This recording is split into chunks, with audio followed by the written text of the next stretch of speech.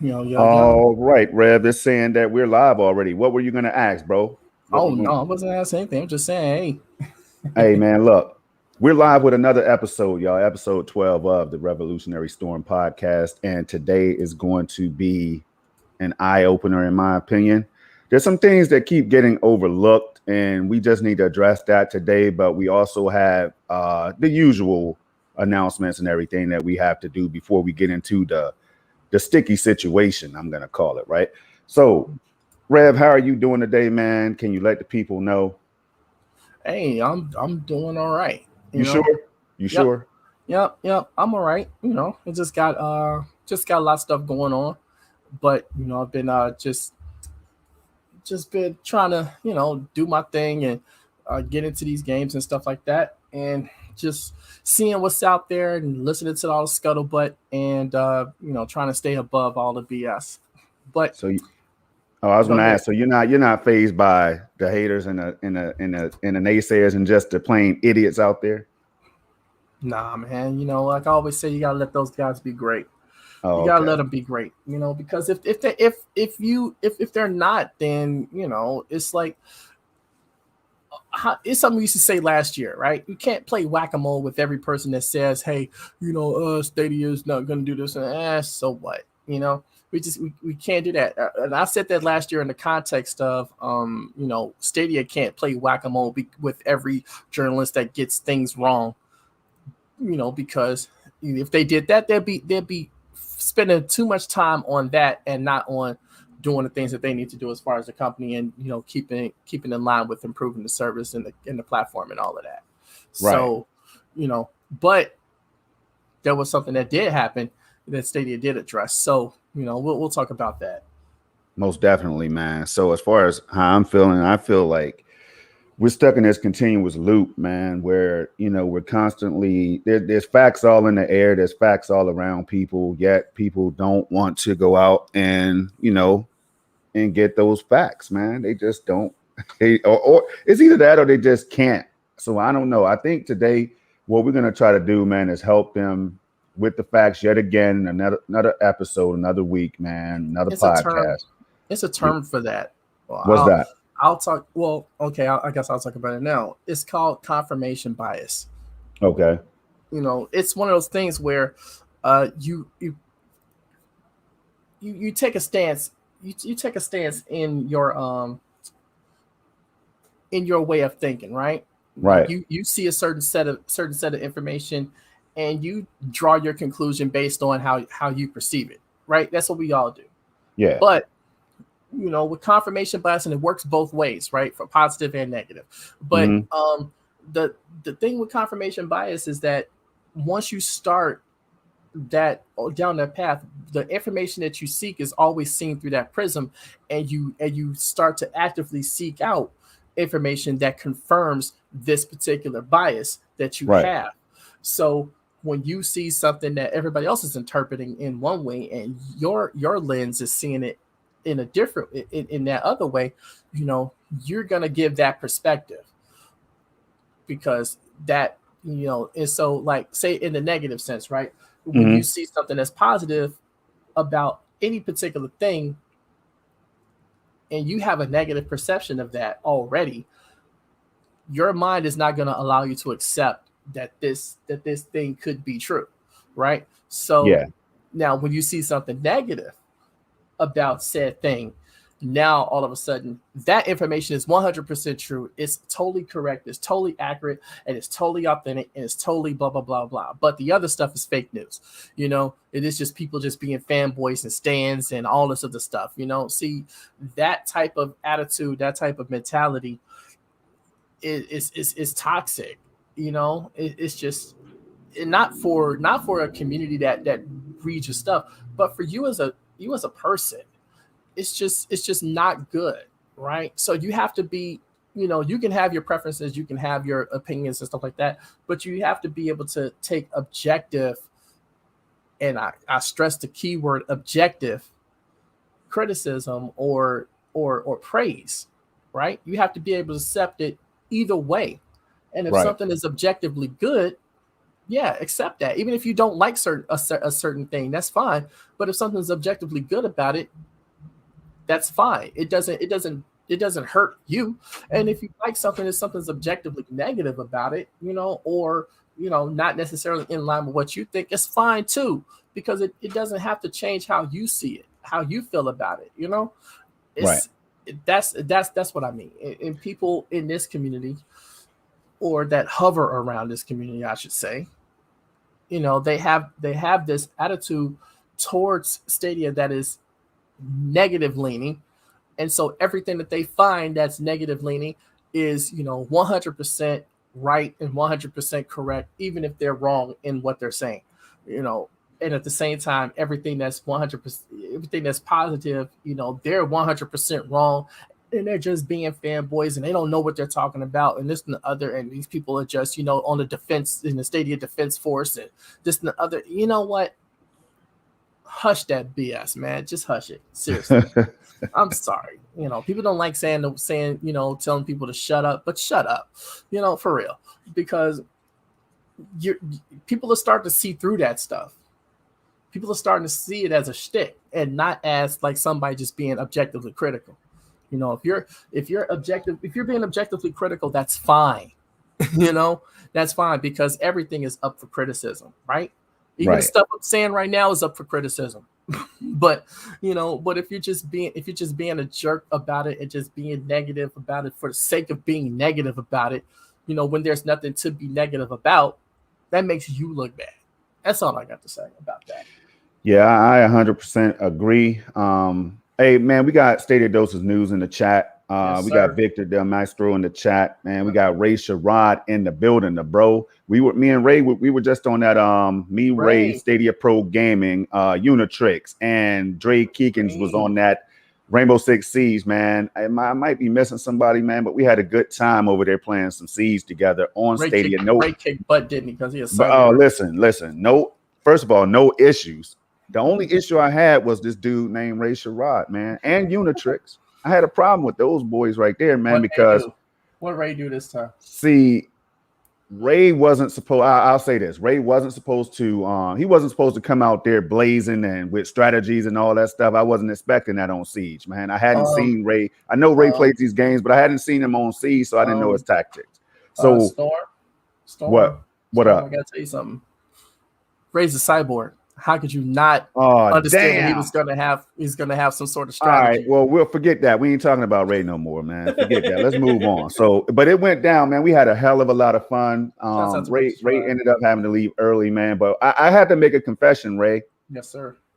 I kind of stayed in the stream and I heard you and Stadia Pro talking, but it was time delayed, so I couldn't cheat. You know what I mean? But I heard your reaction when I put them hot rounds in your teammates, man. And Ray at one point was like, using all kinds of expletives and all that stuff. And I said, damn, Ray, is that serious? So I had to turn up my game a little bit. But look, man, it was so much fun at the end of the day, y'all. What I'm trying to say was so much fun just playing with members of the community and all that stuff. We need to do more of it. Hey, we talk about it all the time, Rev, but we got to start doing it, taking action and all that. Now, yeah, hey, speaking of taking action, hold on before you go to the next thing. That you were about to say. I didn't get a chance to get in on it, but I watched Sunny's stream of the Olympic Tokyo Games 2020. That name of that game is so weird.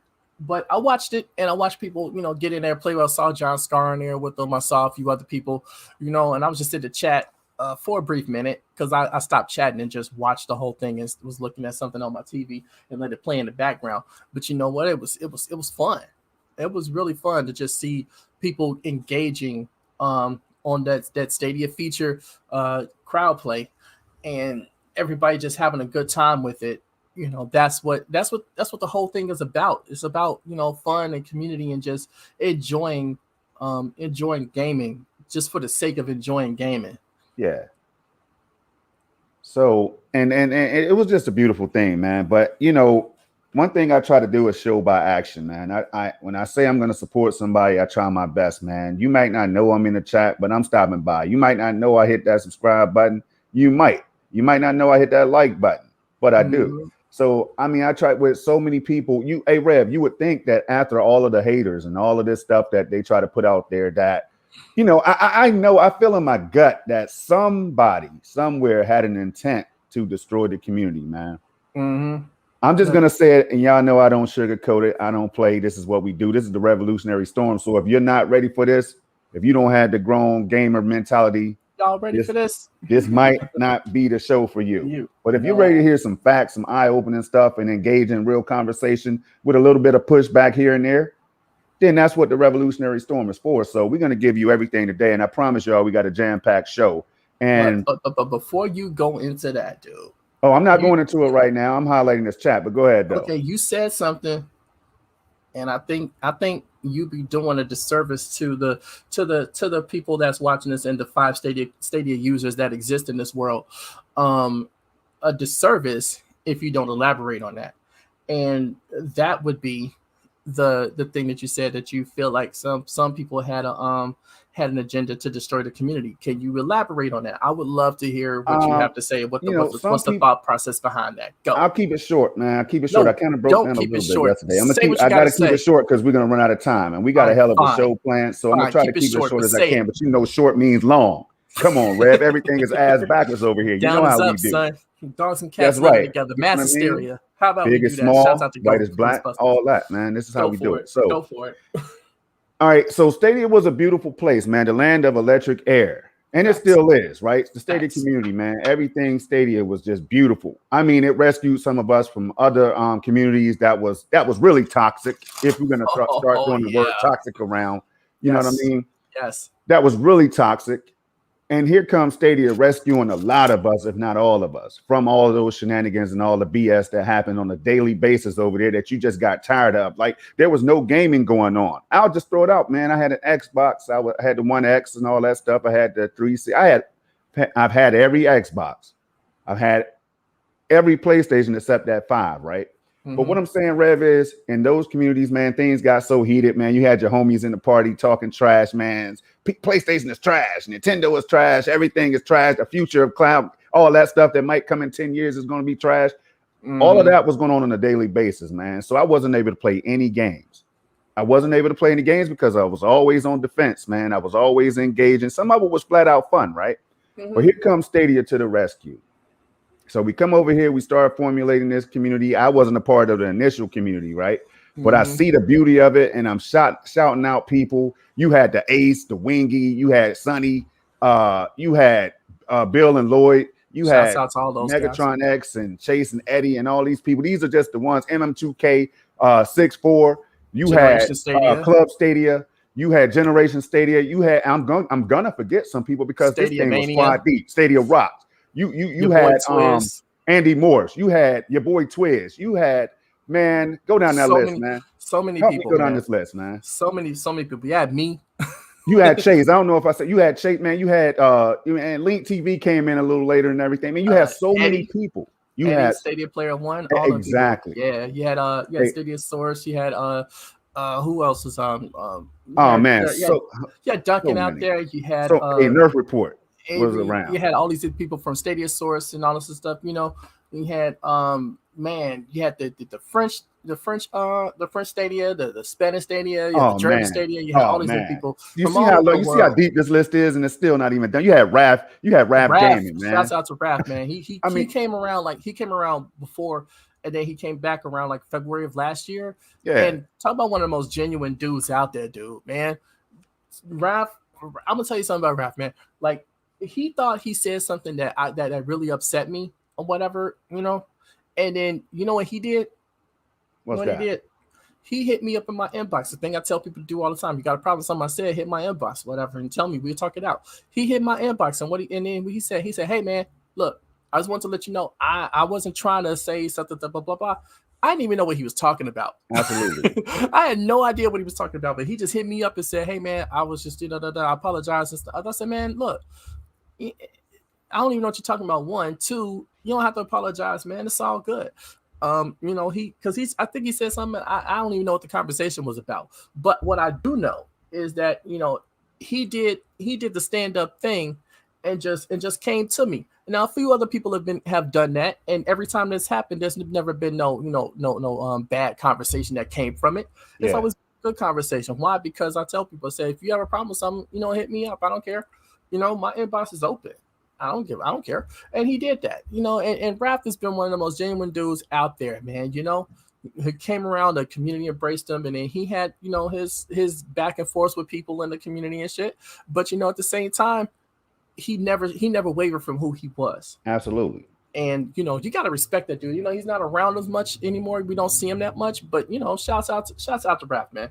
Seriously, man, there was so many others, man. You had Dan out there. You had the whole Stadia Source crew, man. You had so many people out here, man, and everybody. And this is at the climax of when people read was saying Stadia only got 5 people, man. Mm-hmm. Mm-hmm. And I said, damn, what island are you on?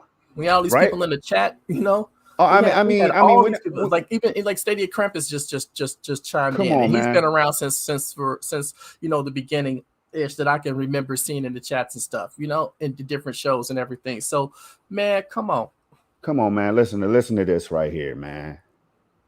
Bro, all I'm saying is we had so many people over here, and I know it's others out there. And now your mama knows, and everybody else that's out here, and Chris, the best, most versatile moderator ever to live in the Stadia community, man. Just doing this thing, and there's so many people like Chris and others, and the new cats like and even non-content Randy B, and so many others that's riding out Red. Like so many new players, so in the community right now. Like I think the community has grown. With all the shenanigans and all the hating and all the naysaying, all the doom saying, all that stuff, man, I think all the community has grown. You got Clive Illenden. How can I forget Clive, man? Jack Deslip and John Scar now and so many other people, man. But so I wanted to start the show by reminding people that we've gotten better. We still stick together. Uh-huh. You can't come out here with the hating shenanigans and not expect to get your dome cracked. I don't want to be too harsh, but man, this is just terminology right now. You're gonna get your ass handed to you if you come out here with that dumb stuff, man. Because see, when the community, this should already be known, but when the community is backed into a corner, we strike back, man. Mm-hmm. We strike back, bro. Mm-hmm. That's where you just get to your breaking point, and then you've had enough, and then the community comes together. You know what I mean? And that's what's happening around here. So I just have a message to the haters, man. Mm-hmm. You just have to be ready for what you got to be ready for that fire, because fire will burn you. You know what I mean? So just be with that said, y'all, we have a show to do. All right, because we can go on and on and on about that, but this is a part of the message for today, man. Haters are going to be haters. We got to continue to do what we do. So let's kick this thing off, right? Yeah. All right, first we're going to go into the Stadia community blog, man. A lot of big things happening over there, man. Games coming to the platform. The game library is becoming more and more diverse. I'm just going to throw this on the screen real quick. Yeah, to let y'all know. We're not going to go too deep not into at that all. Because it's already been known. But we just want to just run through it. Because why? Because it's good information. Some people that's watching this show has not seen any of this information because they don't follow this type of information. So this is the reason why we put it out there too. Absolutely. So this week we already knew on the 27th, y'all. This week on Stadia, this right here is happening right now. You can play Marvel's Avengers and the Olympic Games, the official Tokyo. What is it? Tokyo 2020 Olympic Games, man. What is the actual name?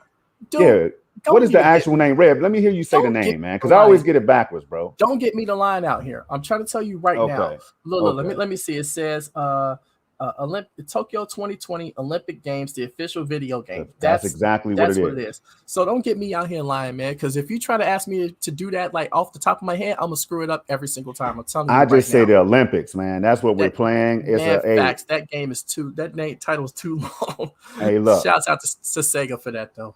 I tell you what though, it's looking like it's a fun game that a lot of people are taking part of. From when I first saw it, Rev, it brought me back to track and field and stuff like that. But this is on a whole new level, man. There's swimming, there's biking, there's all kinds of stuff. Oh, the rock climbing, the wall climbing is fun, though. It's hard. It's hard, but it's fun.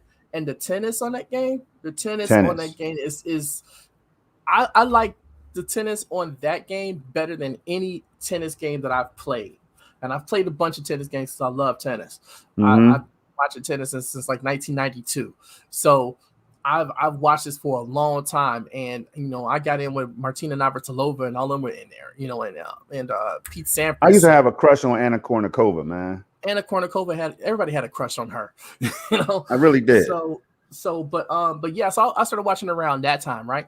And I just got into the game, started playing recreational, whatever. But the video games have been good, but on this Olympic game right here, I love the tennis on there because you got so much control over a simple arcade type game.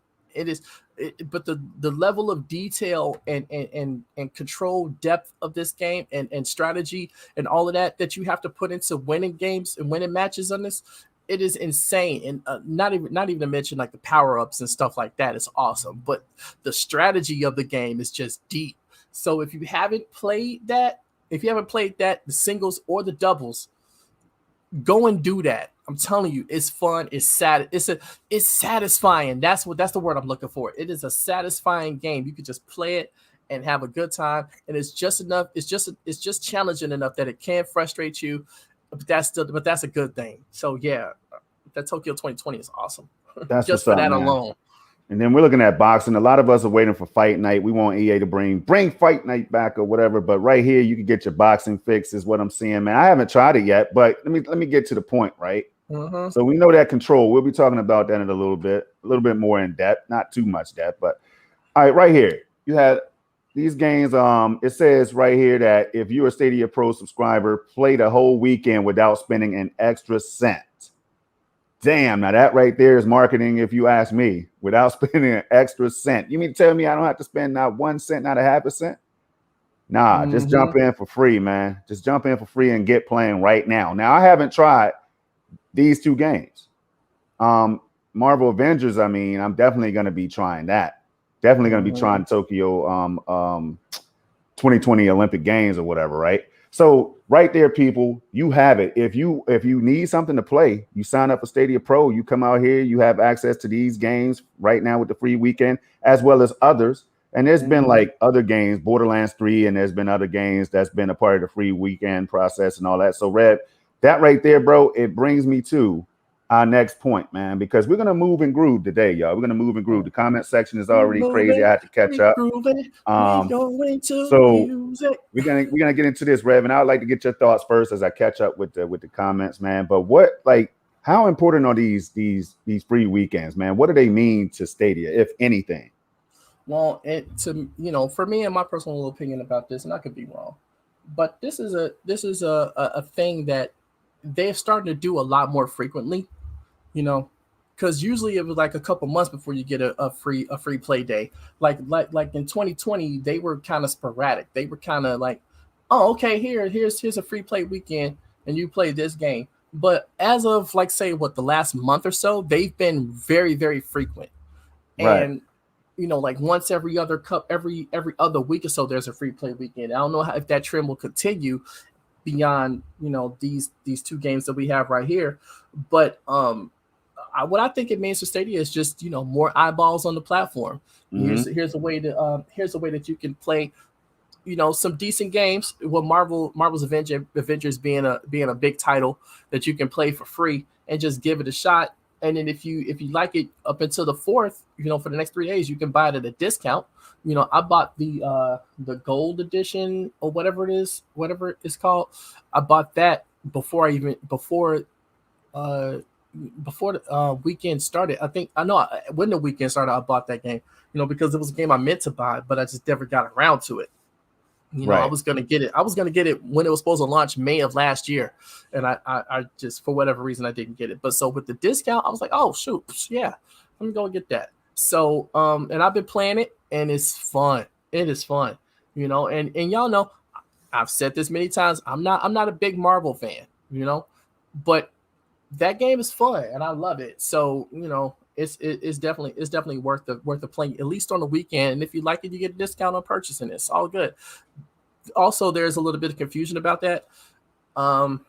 You've seen it, the pro symbol by the picture on the blog post you just showed it. And people think that it's going to be a pro game, and I don't think that that's going to be the case. But we'll see once Monday and it goes off of the free play weekend comes around. But both of those games are very enjoyable. They're very enjoyable. And there was a third game on there. Project. What was that game? Control. Oh yeah. Shout out to Janet Jackson, y'all. You got to understand with the outfit, all black with the hat and all that, man. Shouts out to Janet Demita Joe. Janet Jackson, icon, straight goddess. You know what I mean? Yes, sir. Control, man. We're gonna get into it right about now. Let me catch up on this chat real quick because I do. When everybody watches this back, I want them to see every line of dialogue or whatever. If I'm going too fast, you hit that pause button. But Rev, is there anything else that you see in the chat? Anything that you see in the chat that's standing out so far, bro? Because I'm almost caught up. Not really. You good? All right. Okay. Good. So right there on time, then. Well, let me see. Cloud Gamer Dad's last comment, I think it was.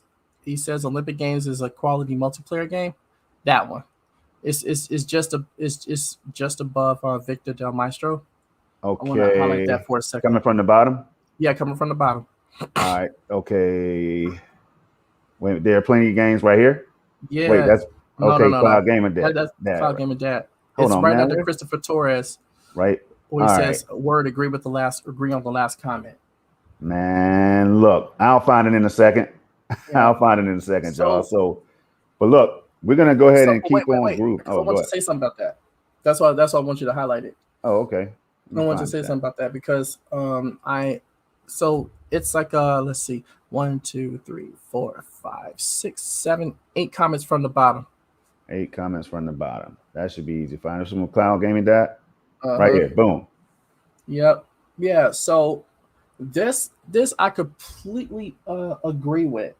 The game. Yeah, it's meant to be a shallow game because it's more of an arcade game. It's not a simulator. It's not a simulation game. So that part is to be expected, right?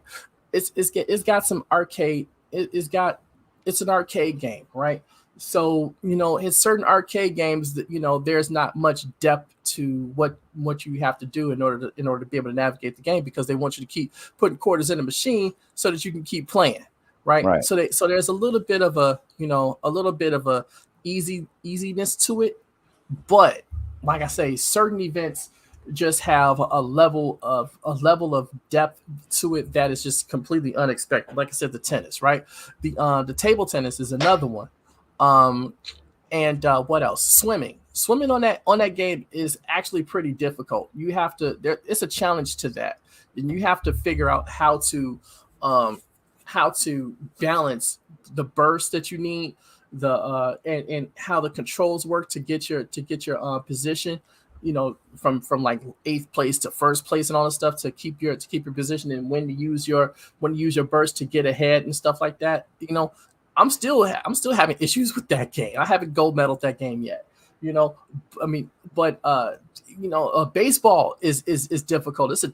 Baseball is a challenge on that game, because they're throwing changeups at like 99 miles an hour. So, the fastball is like 140. So you have to work on your time. And then you have that super power charged pitch that's 160, 170 miles an hour. You don't even see that.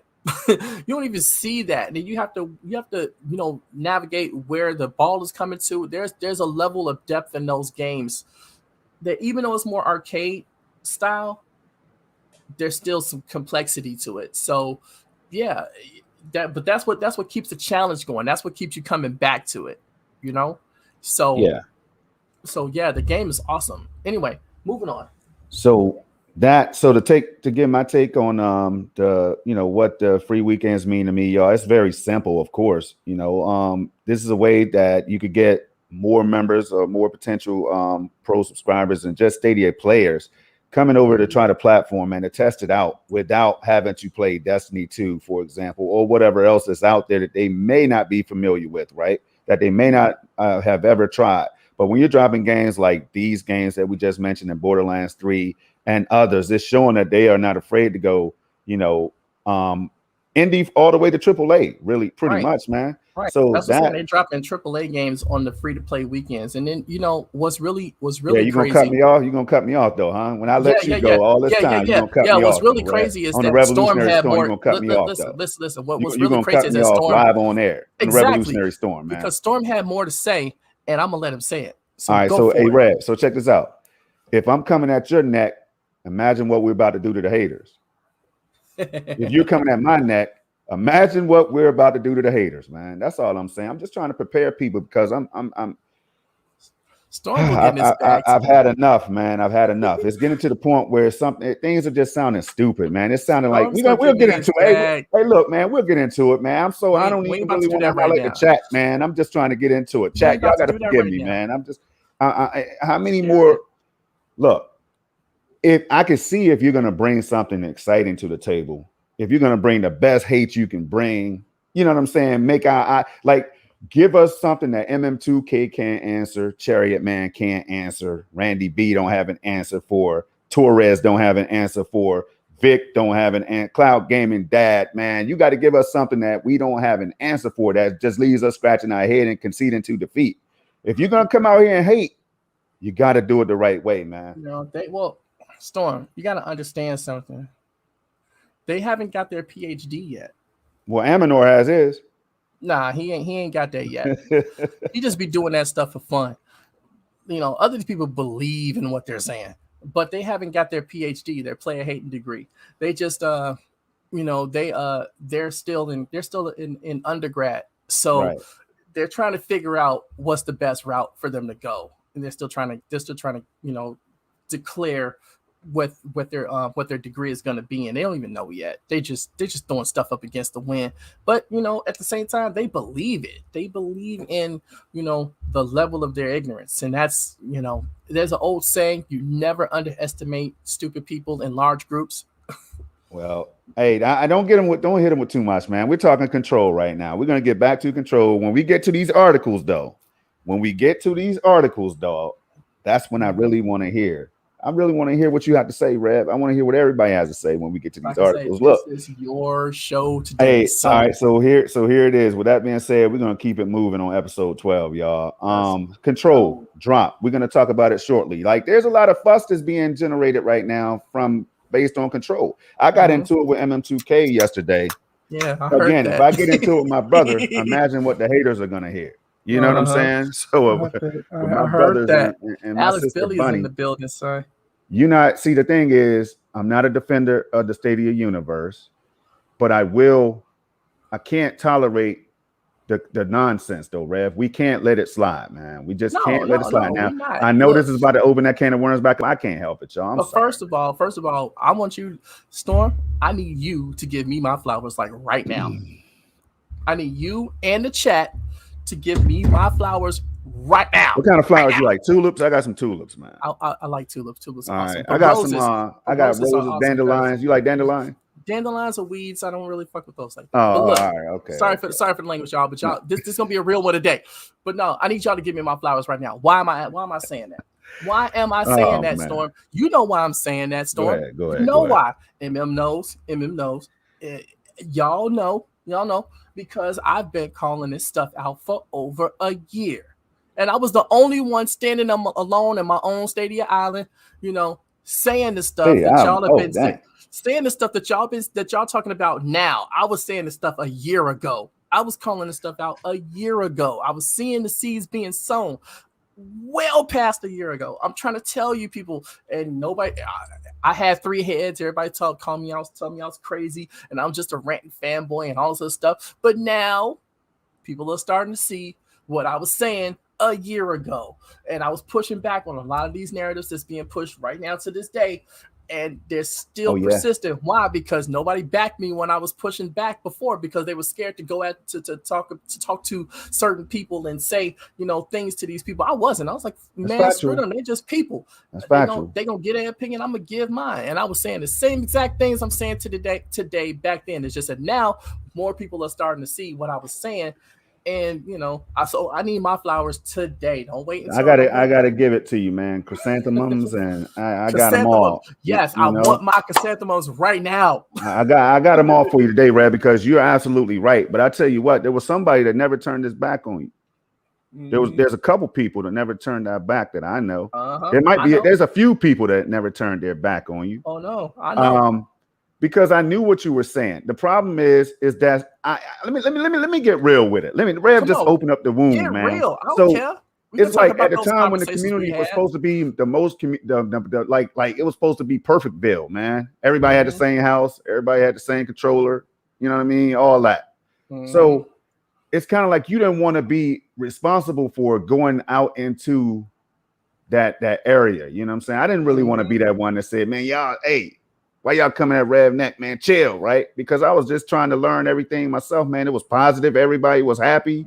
So, I get behind the scenes and say, Rev, man, people gonna have their own opinion, blah, blah, blah. We had those conversations. And I'm not gonna go long. Like I said, man, we could come back to this later, but I do know what you're saying. I reached out, did I not? Behind the scenes, we're talking. Yep. You know what I mean? We hit each other up on the phone. Because that is why we're here today. Had real conversation, MM2K, giving the real conversation, the real, the advice or whatever. It is what it is. And other people, man, that I know hit you up. So the bottom line is, fast forward to the day, Rev was right. Rev was right. Rev was right. I got to give it to you. I got to give you flowers, man. You were right, Rev, on a lot of things you were saying. Some people do want to know why you seem to be the gatekeeper, though. Can you answer that? I'm not a gatekeeper. I'm not. I don't understand where that came from. The only thing that I was doing, and the same thing I'm doing to this day, is pushing back against false narratives and pushing back against people that are saying things that are just patently untrue and they should know better, and reacting to things without letting the other shoe drop and getting the full context of what's going on. But people just knee-jerk reacting and declaring things like, oh, Stadia is dead. They don't know what they're doing. This and the other. This stuff was coming from within the community. And I was the only one pushing back against all of this shit. You know what I'm saying? I was the only one pushing back. And everybody's looking at me like I was crazy. And that cost me a lot. It cost me a lot. Yeah. People didn't mess with me like that because I wasn't allowing the BS to just stand on its own and just fester within the community. I was the only one saying, hey, no, you're not about to do that. And this is what this is. And I don't know why you're sitting here saying, oh, this is the way things are, this is what they're doing. You're not in the boardroom, you don't know what they're doing. We don't know what they're doing. So we have to sit there and wait and see what's happening. And if they're giving their opinions, and look, I was called all kind of names. I swear to God, I was called all kind of names by people that, I had respect for. And even when they was doing that, I told them, I said, because I respect you, you know what I'm saying? And it's, they said, well, why are you sitting there talking to me? I said, because you have a voice in this community. I respect you, and but I wasn't afraid to go at them because they were just people like I am. They're talking on the internet like I am. So, there was no, but the thing was, there was never any like hate for that person. When I would say something, back you were definitely not demeaning people. And I wasn't in that sense. And I wasn't, not on the personal attack level. Down. Look, I wasn't putting people down. I wasn't disrespecting people. I wasn't anything. I was just, hey, this is the truth. This is true information, whatever. And this is blah, blah, blah. We get into long conversations on Twitter in the public and it's for everybody to see. And, people would sit there and, some people would agree with what I'm saying. Some people wouldn't. And that's fine because that's how conversations work. But when you get to the point where people start, calling you all kind of names and stuff, and you've never once called them one, you never once called them one, except for like maybe to push back against something that they called you. It's like, man, but now those same people still doing the same thing that they were doing last year that I was calling out, are now getting called out by other people. And I'm just sitting here looking at it, just sitting back like, I was saying this stuff last year, but that's cool because it's fine because now I get to not even have to say anything anymore. Yeah, and I knew it would come to that, Rev. So I'm glad. Hey, look, man, we could definitely get back into that. But y'all, we're gonna move on, and that's real talk. Everything you heard was real. Some of you already know. If you're new, you may not have known. We have to cover this stuff. So if it continues to hit the fans, the haters want to keep coming out here with their ammunition that's not even ammo. Oh my God. that's old as hell, that has articles that's predating what they're trying to say and Oh my everything, man. God. Hey, so we're Chris gonna Torres last comment. Highlight that, man. This dude is hey crazy. Torres, let's see right here. Crazy. I can't even Nah, stand let's no do. I don't more. care if you like. Hey, if you Oh don't my like it, God. you're the Reverend, aka Gatekeeper, Stadia Revolution. Absolutely, man. So look, Oh, here's the thing. All right, as we move on to Control, right? Control is a game do that it. came out, y'all, made by Remedy. It's definitely Remedy has a good track record of making games, man. But there seems to be some two sides of the fence, I think. I just realized this. MM2K and I talked about it yesterday on the SML podcast. That was a hell of a show. Check it out, by the way, y'all. And later this today at 2 Right o'clock now. Eastern, me, Bunny, and Rome Rush will be doing Ying Meet Zhang of gaming, unless something changes at 2 o'clock Eastern time, right? So listen, we're having conversations. We're talking about Control. MM is one of the people that's like, Storm, I don't know if it could get the King of Ports title. We every now and then we give these ports the King of Port badge. That's just what we do. It's fun for us. It's not trashing the games. It's not raising other games on the pedestal or anything like that. It's just appreciating the quality of the work that these developers and these publishers put out there for us on Stadia, right? So Control is one of those games I've been waiting on for a long time, Rev. I booted it up on PC, almost got sucked into it, man. I had to let it go. Because I knew it was going to become addictive. I was just going to power through the whole campaign. And I said, man, one day this game will come to Stadia. Not may come to Stadia. This is well before it was announced. Mm-hmm. One day this game will come to Stadia and I will finish this game on Stadia. Now, little did I know I was going to get the Ultimate Edition of the game. Had no idea I was about to get the Ultimate Edition, man. So the game launches on Stadia. I boot it up. I do a live stream in 4K and all that. Everything's running good. It's looking good and all that, man. And I'm up here and I'm talking. I'm praising the game because it was easy to do so. Now, I didn't really see all the imperfections that people were talking about. Even MM2K highlighted some lighting, like how the lighting could be a little bit better, but he wasn't trashing the game. You know what I'm saying? I just want to point that out, man. He wasn't trashing the game. Others might have had their opinions on the game when it comes to ray tracing and all that stuff. I wish one day we'll see it, but I'm not saying that's a game breaker. That didn't take the deter from my 9.5 score that I gave the game. The game is brilliant. I love it. KLP. It is what it is. So how do you feel about it, man? Then we can go ahead and after you give your take, we can move on. Well, I don't have the game. I have not played it, so I don't have no opinion of the game. But I've seen people, playing it on Stadia, and I've, seen how they're really happy with it, enjoying it, and that's great. Really, it's like when I first seen the game, I'm just going to be honest about it. The first time I saw the game was when it was listed in the list of games for Amazon Luna last year, right? Yeah, it was last year. Yeah, so I didn't have any idea what the game was. I didn't even look into any videos of it or anything like that. So I was just like, okay, that's cool. But I heard from even then that there was a lot of praise for it, right? So I'm like, oh, well, that's some interesting stuff. But it never compelled me to go and just say, it just never compelled me to go and look into it. Right. So, but then when I heard it was going to come to Stadia, which I figured it was at some point, like you, I just didn't really say much about it. But, when I heard that it was coming, I was like, oh, okay, well, I'll take a look and see what it is.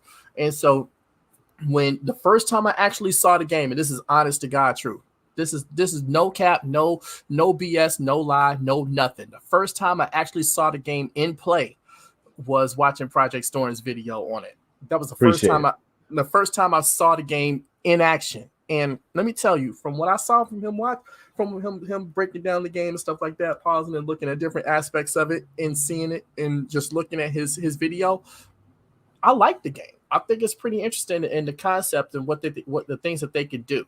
There's other YouTube videos about it, just different things that's going on with it. And I was like, oh, okay. I checked a couple of those out. I checked a couple of people out playing it on Stadia, and I was like, oh, wow, this is actually pretty interesting. So, eventually I'm going to have that game in my library and I'm going to give it a go and I'm going to give it some run. And I'm going to share my impressions of it when I do get to play in it. Now, as far as the ray tracing thing, I don't really care about ray tracing, so that doesn't affect me in one way or the other, you know. Right. So all the other things they talk about, look, the main thing that I care about is if the game is fun and if the game is interesting and it has some cool gameplay mechanics and dynamics to it. And that's what I saw when I watched the game, when I watched Storm play that game, you know. So shouts out to Project Storm for giving that game some run on YouTube and highlighting that game. That was awesome. Yeah, 4K, man. It takes a lot to do that every time I try to highlight these games, man. 4K streaming. You know, I don't have data caps and all that stuff, man, but it's still that's a setup process and all that, man. Mm-hmm. You know, so I appreciate you, Red, for giving me my flowers, man. No, man, you gotta shout out. You gotta shout that out because that was some interesting stuff, and the game looked really, really good. All right, so we're about to jump right into it. Y'all thought we wasn't? You know, we're gonna get into it, man. Let me make sure my banners are in order. Bang! Here we go. Here we go. All right, I have an article to pull up for y'all. And remember, but before I pull this up, though, keep in mind, me, Rev, Clive, John Scar, so many other people that I could think of, man. If I forget your name, see, I forgot to highlight Jim and so many others. It just shows you how deep it can, and all of the new Stadia members, man, like the community members. All members of the Stadia Defense Force. Like you just, RJ Stadia, man, you got so many people that's here. That's just here right now. Just making content. Just making content, y'all. So look, I wanna say this real quick. Yeah, say speak in peace, son. Bro, if you don't stop hyping me up, man. I'm gonna put the battery in your back, son. I feel you. Don't hype me up, man. Let me ease into it, man. I'm gonna put these big D batteries up in your back, son. You gonna get these people this work, man. Hey, look, here's the deal. All right. I want to say this, right? Say it. We've been talking about these articles like the haters can't seem to find the facts, or they just refuse to look for the facts or whatever the case is. Mm-hmm. They just want to tear the whole thing down, man. They just want to see Stadia dead so they can laugh. And I've said this a long time ago. So have you. So have M2K. We've all touched on it. That the haters, their main goal is to just see this thing burn down. Now, not Aminor, because if Stadia was not around tomorrow, Aminor would have his head down. You would have to check on him. I'm telling you right now, man. You would have to check on Stadia Stadia account, dude, and he be playing. He know it. Nah, he said he let it expire, man. So but anyway, he still has an account. So, but here's the point, man. So the haters are coming out here and they're like, look, we're hey, Stadia's about the white label. I said, damn, didn't we talk about this like 3-4 months ago? Or something like that, or longer. We sure did. So why is this resurfacing, man? So let me just pull up this article real quick, y'all, real fast, and we're gonna go over that together. All right. Do it. Hit share. Boom. Do it. Share that screen. Boom. And here's something that's just not happening as much as it should. All right. So right here, as you can see in the title, you can look at this title, look at that date. I don't have to say anything else. I just let y'all look for a second. Man, y'all don't even understand. Ars Technica, shout out to them. You know what I'm saying? Dropping this article April 25th, 2019. Rev, before you can pre-order. I didn't say 2020, man. I didn't say 2021. I said 2019, April. Before you could pre-order, before Stadia was even available, man. Before we knew what it was, but before a lot of us knew what it was. Yep, before COVID. Before COVID and all that, man. Here it is, bro. Google Stadia will support a variety of business models. Sir, do we even need to talk? We don't have to elaborate, do we? Do we need to get into this article, bro? When it comes to the business models, like where everybody is concerned about the 85-15 split, and Stadia doesn't know what they're doing, and they don't know their business model, and what is the business model? It just needs to be more transparent. We need to know more so we can invest, so we could do this, and it's not good to the yeah, whatever. It's not good for the consumers, the gamers, or the investors, man. I mean, we heard so much, bro. Yep. Meanwhile, Phil Harrison, that's my G right here. Shout out to Phil Harrison, man. The real Phil. I call him the real Phil, right? The brother, you see him, shiny bald head, got the light shining off his dome and everything. That's Phil, man. You don't hear Phil's not going to hit you up on your phone. He's not going to get in your DM and say, yeah, this is what we doing on Stadia. Mm-hmm. I mean, what the hell are we even doing out here, Rev, having a podcast to talk about this for, man? What are we doing here? Is this a waste of time, man? Nope. Are the haters going to get this message? We are giving the people what they want. All right. And especially people like, Aminar, who just confirmed what I said. Let me jump into it, man. Just confirm what I said. Anyway, let me jump into go it. for it. Last month, when Google revealed, now remember, this is 2019. Last month, when Google revealed this upcoming Stadia streaming gaming platform, all right, it left open a major question of precisely how Google and game developers would make money from these games running on remote servers. In an on-stage discussion at LA's Games Beat Summit this week, though, Google's Phil Harrison mentioned that our platform, Rev, do you want to read it or do you want me to read it? Go for it, man, because I can't. Our platform at a fundamental level has been architected to support a very wide, not even just a wide variety, a very wide variety of what people call monetization options. Mm-hmm. Everything from purchase to transaction to subscription. All right. Mm-hmm. Now that should be easy enough to understand. So the haters, why can't they? Why can't they? This is just the beginning. This is just phase one. This is just trial and error. You know what I mean? When it comes to these monetization options. So give your thoughts on that part, Rev, if you can.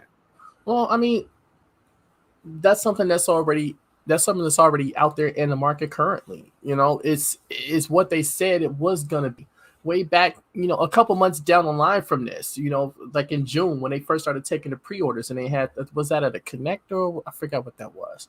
I think it was at the Connect in June, June 6th, right? So they started taking pre-orders that day, and they were talking about everything that Stadia was going to be and everything that it was going to do. And, it had the purchase model, it had the subscription model. It was going to be a hybrid of both, right?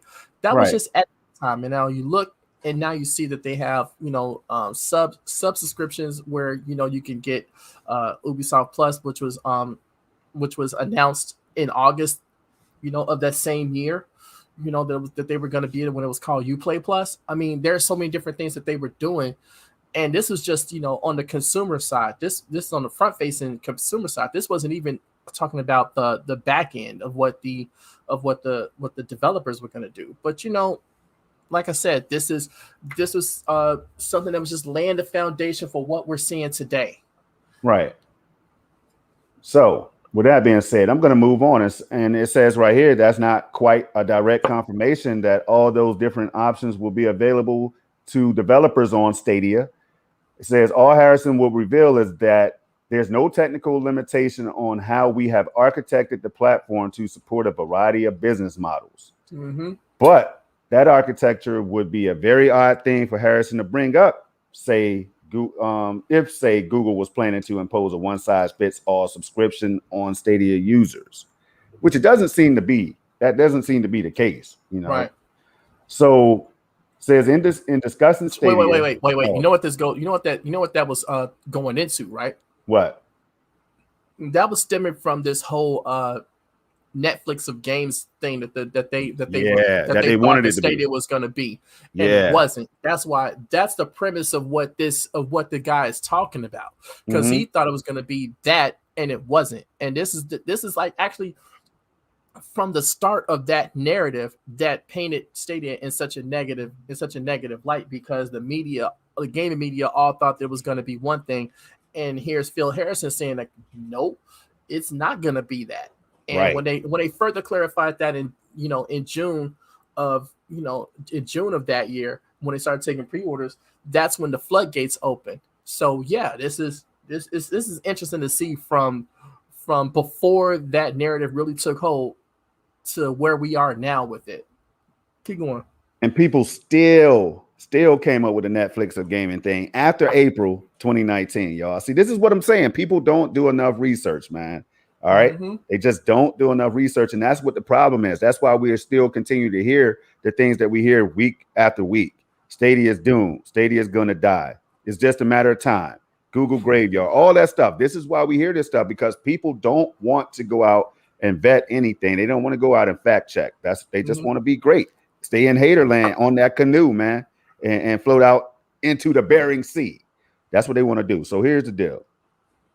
It says, in discussing Stadia, Harrison has put a lot of focus on how the platform makes it easy for players to share a game through a link in a text message, for instance, or by letting people. Now, Rev, I know what you're thinking. We're gonna get to it right after this paragraph. I know what you're thinking, Rev. We're gonna get to it after this paragraph.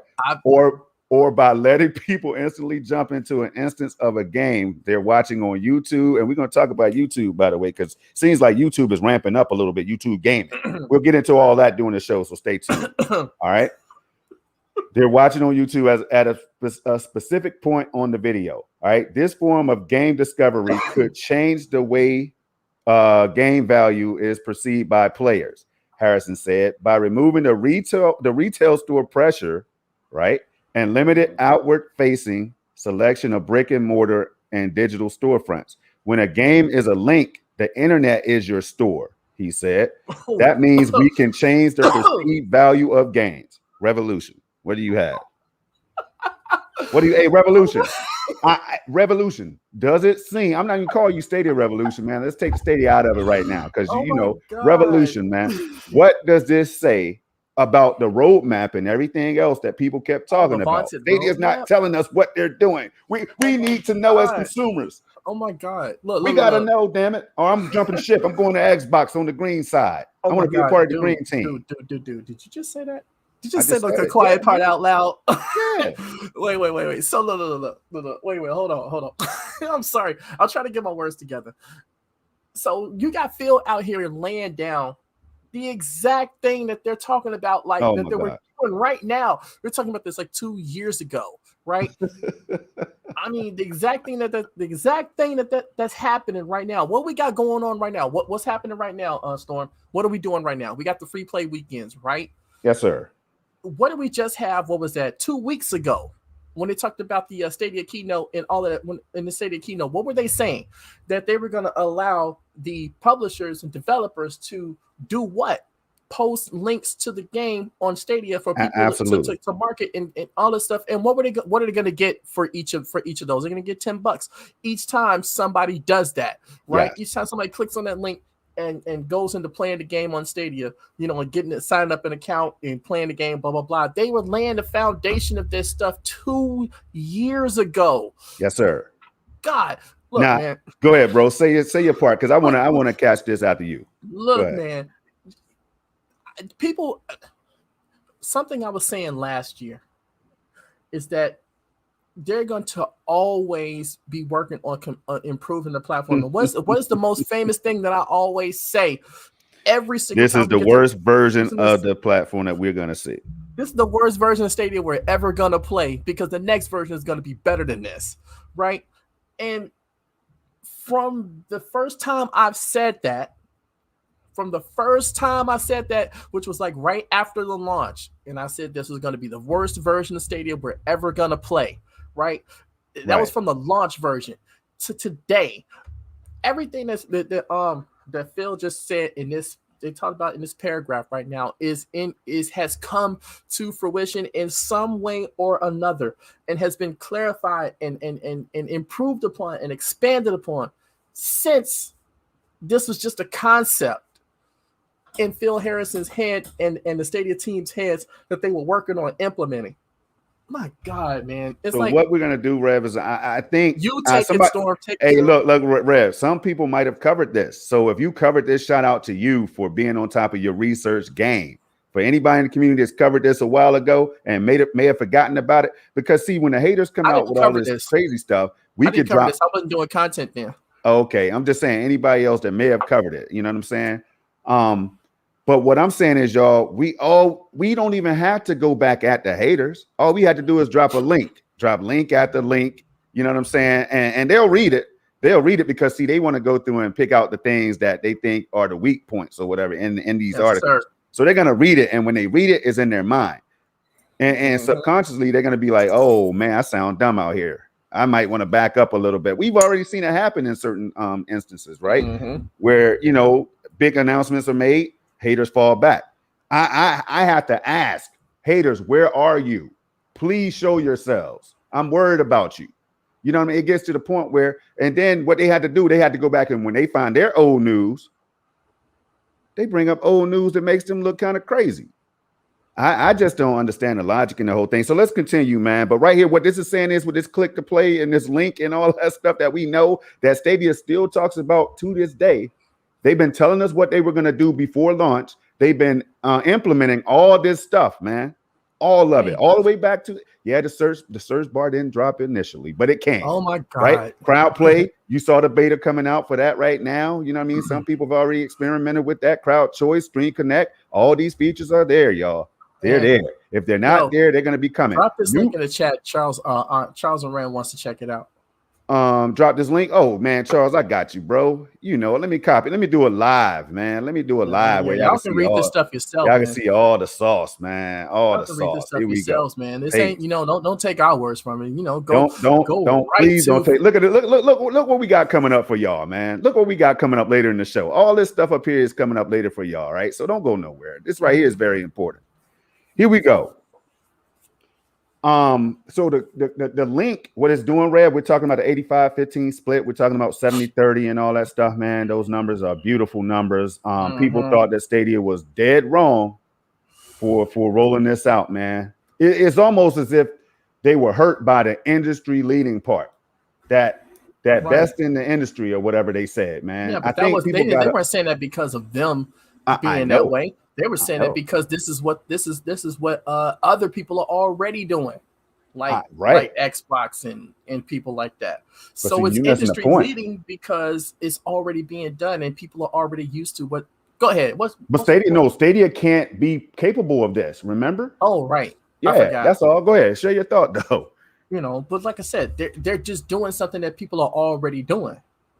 So, you know, the whole thing is like, why is it okay for them to do it, but not okay for Stadia? And that's the thing with the double standard that people have. And it just goes into what I was saying before. It's confirmation bias, man.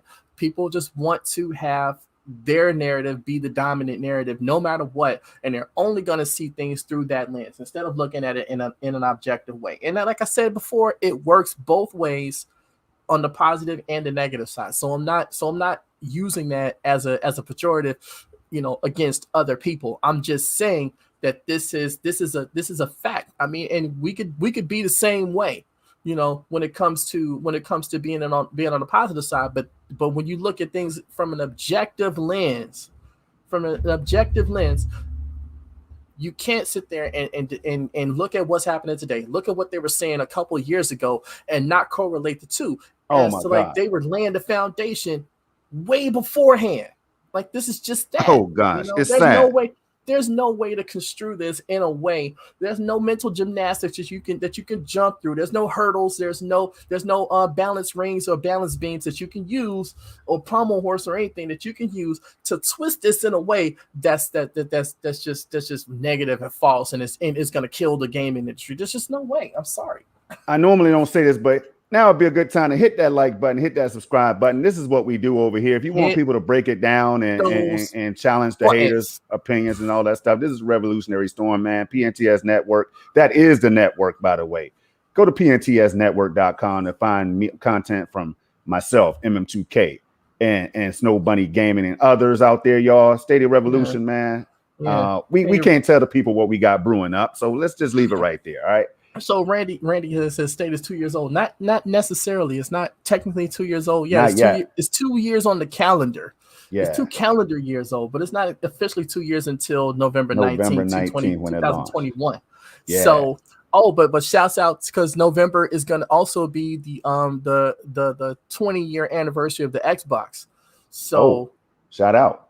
Shout out to Microsoft for that. I've had every one. I have the world's most powerful one right now. I have to keep saying it because it's powerful as hell, y'all. They're learning to take care of those features. But listen, let's move on right here to this next part. It says that kind of frictionless, and Rev, I want to get your thought right after this, man. That kind of frictionless discovery of new games gets a bit more frictional, though, if players have to buy a complete game outright every time they click a Stadia link. All you can play subscriptions, all right, free to play ad-supported games and time trials could all serve as ways to lessen that friction. And it sounds like all those options and more could work on Stadia. Are we seeing any of these options right now, Red? I don't see no ad supported games on here. Right. I don't see none of that stuff. The only people that got ads going on is Luna. I've seen Absolutely. them have ads on the on their homepage. You know what I'm saying? But as far as like just ad supported games, I've not seen any in-game ads or anything like that, or home menu ads or anything. I have not seen anything like that on Stadia. Right. And we're not seeing all you can play subscription and I have all not that seen that. stuff. That's the No Game free. Pass model. That's that Netflix of games thing. That's not. Nope. That's We're not not it. really seeing time ahead. trials like that. You know what I mean? Well, we've seen that. We've seen it. Hitman has a time trial, but that's within the game itself, not for and that's for specific things, and it's not for just the game itself. They have the free to play Hitman starter pack thing that you can play. Yeah, I know there's Pac-Man, Megaton, or whatever, and do you consider that a time trial? Like when they released that one?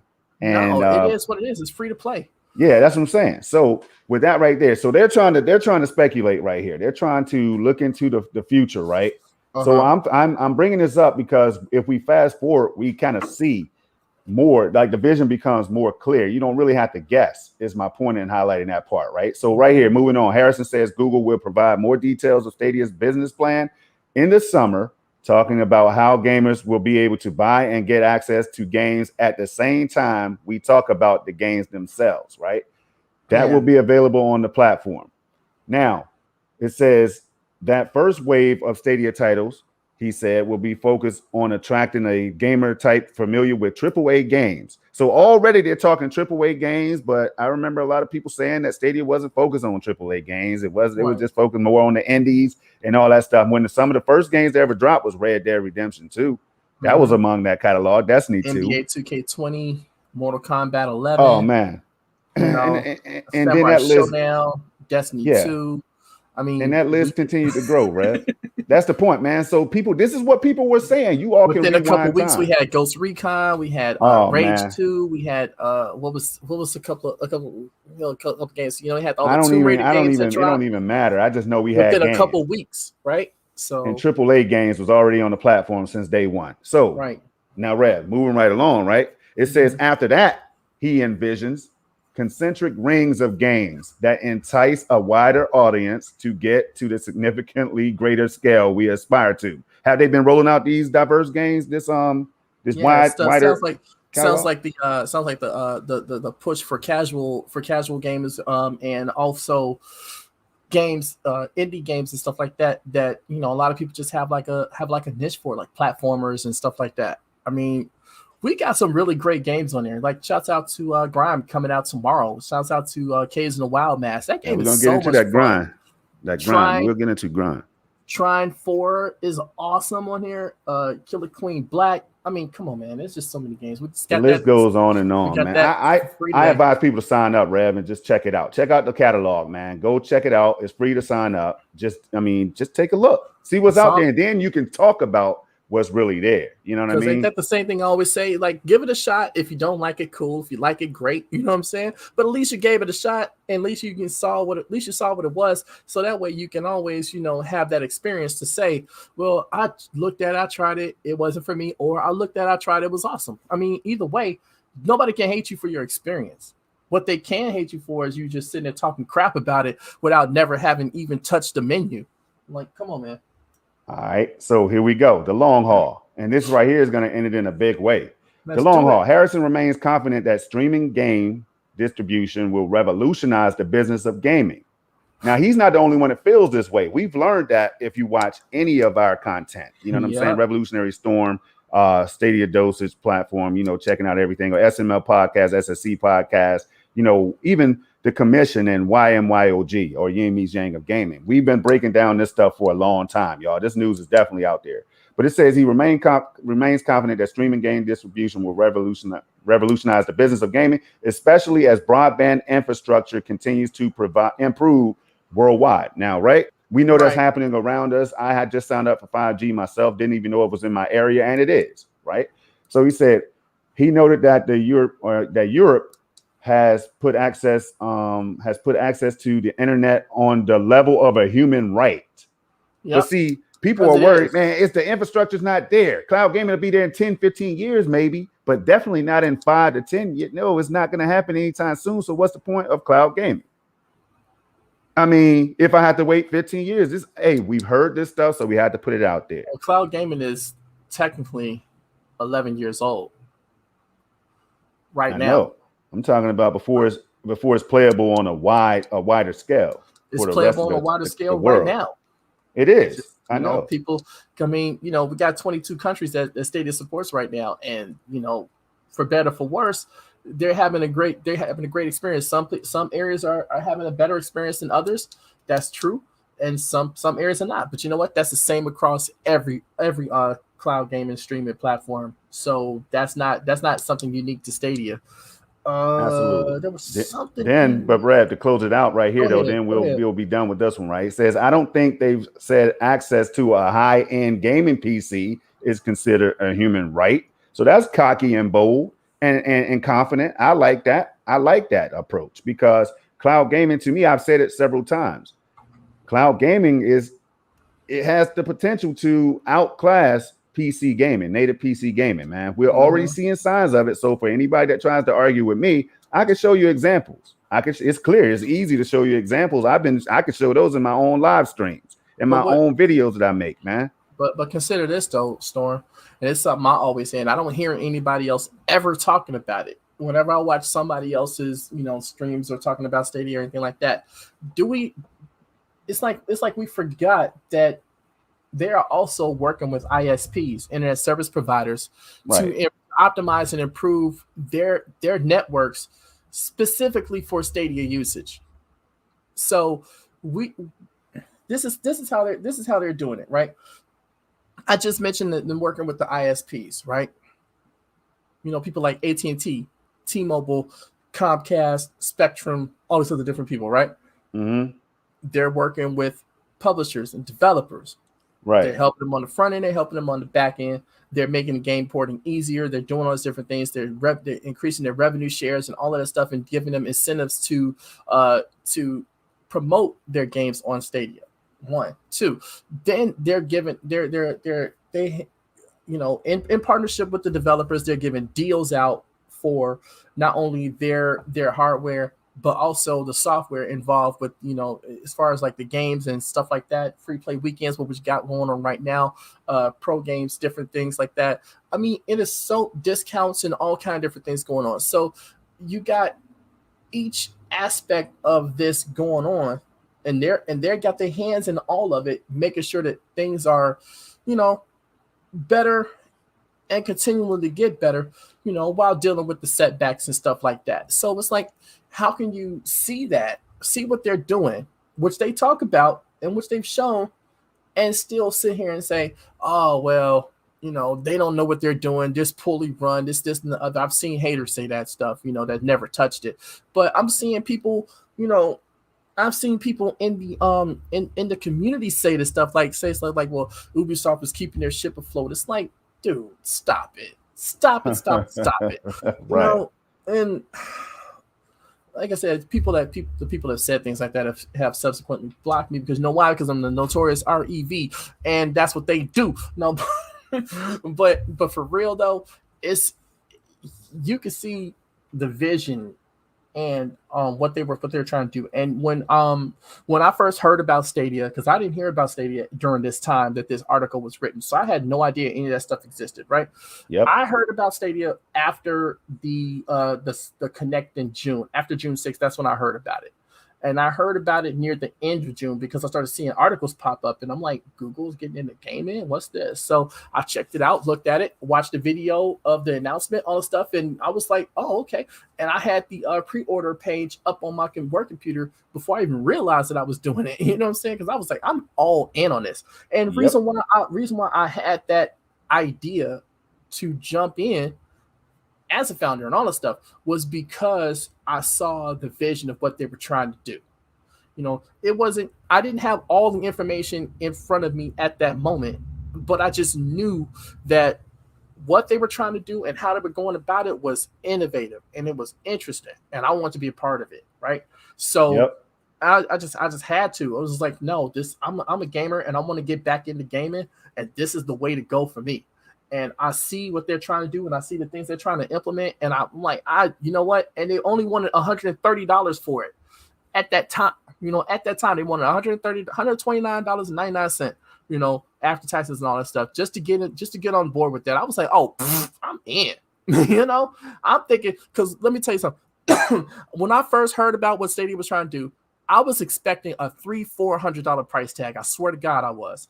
And I was just like, I started looking, trying to figure out where I could pre-order and all this stuff. And I was just like, okay, this is probably going to cost an arm and a leg and a toenail or something. And I looked on the order page, and it said $129. I'm like, okay, but for what, right? And all they showed was the controller and the Chromecast Ultra.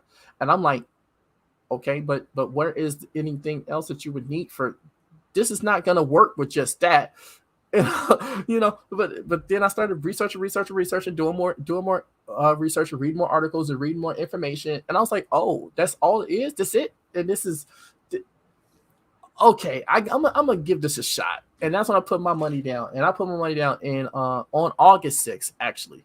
So, and that was only because I thought that they were going to take the money like right away, and I didn't have the money in my account at the time. So I had to wait until I had the money in my account for them to take it. And then I realized that, wait a minute, they're not even taking the money right then.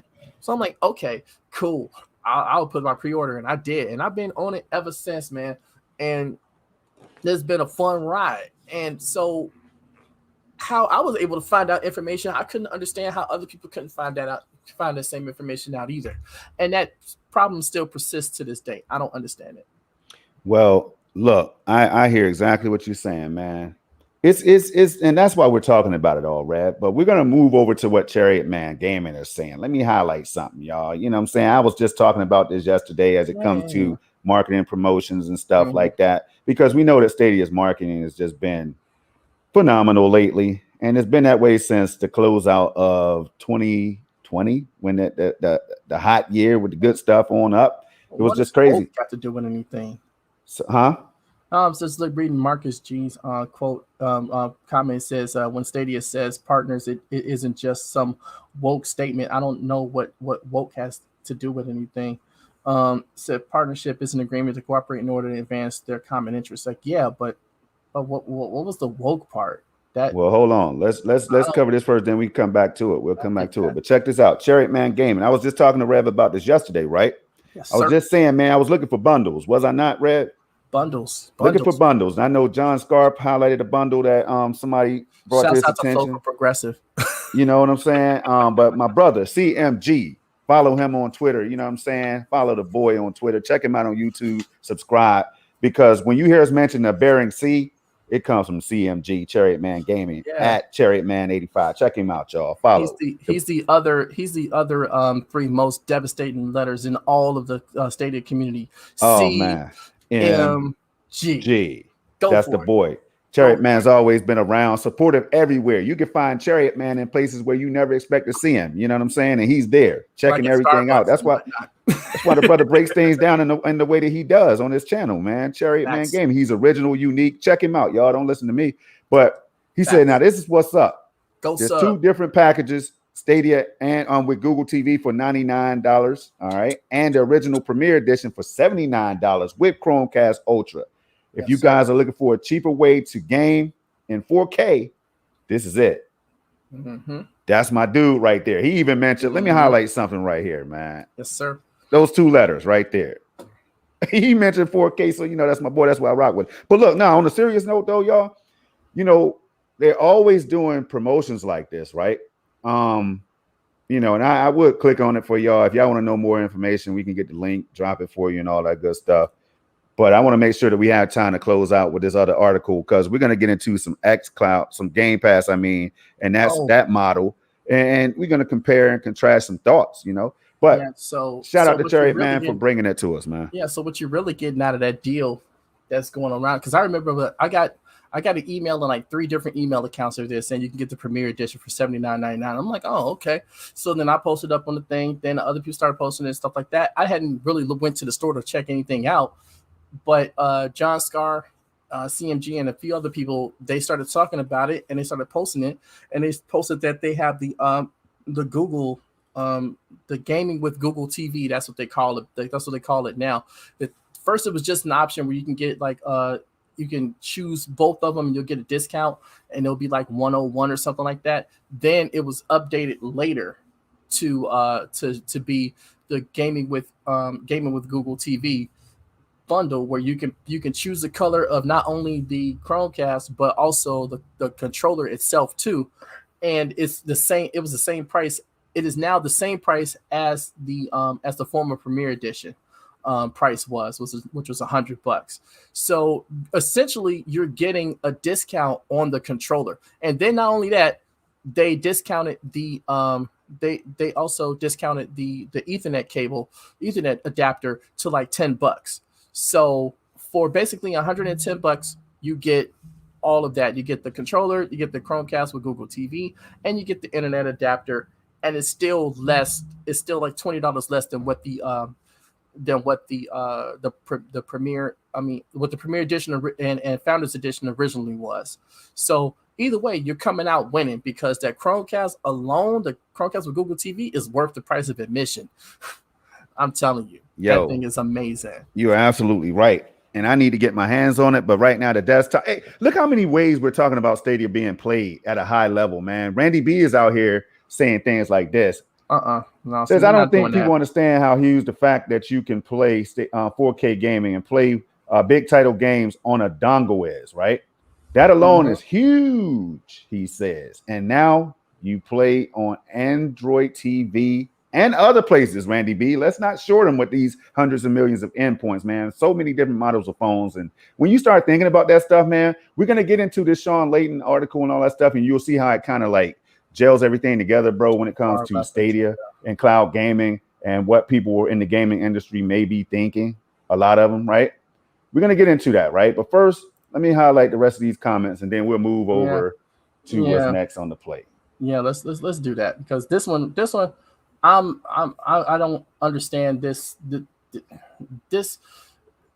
woke, that whole woke thing, you know, it's been hijacked from Black revolutionaries and stuff like that. You know, people that's been fighting this system, you know, and now the people on the I'm gonna say this, and I don't care. The people on the right wing have taken that and turned it into some pejorative, and now they're using it to demonize people. Well, we don't want to get too deep. I'm not getting too far into it. I'm just saying, it's like, it has nothing to do with gaming in general. This is not some far left agenda. This is not something, you know, I don't understand how those two things correlate like that. That was my issue with that statement. It's just like, I don't get it. You know what I'm saying? I don't know. I don't even why that's even being put in the same context, because we're just talking about Stadia, we're talking about gaming, we're talking about, you know, business models. This ain't got nothing to do with woke. This ain't got nothing to do with left or right. This ain't got nothing to do with politics or political agendas at all. That's all I'm saying. So I don't get how that's even being conflated into something that's not. You know? Yeah.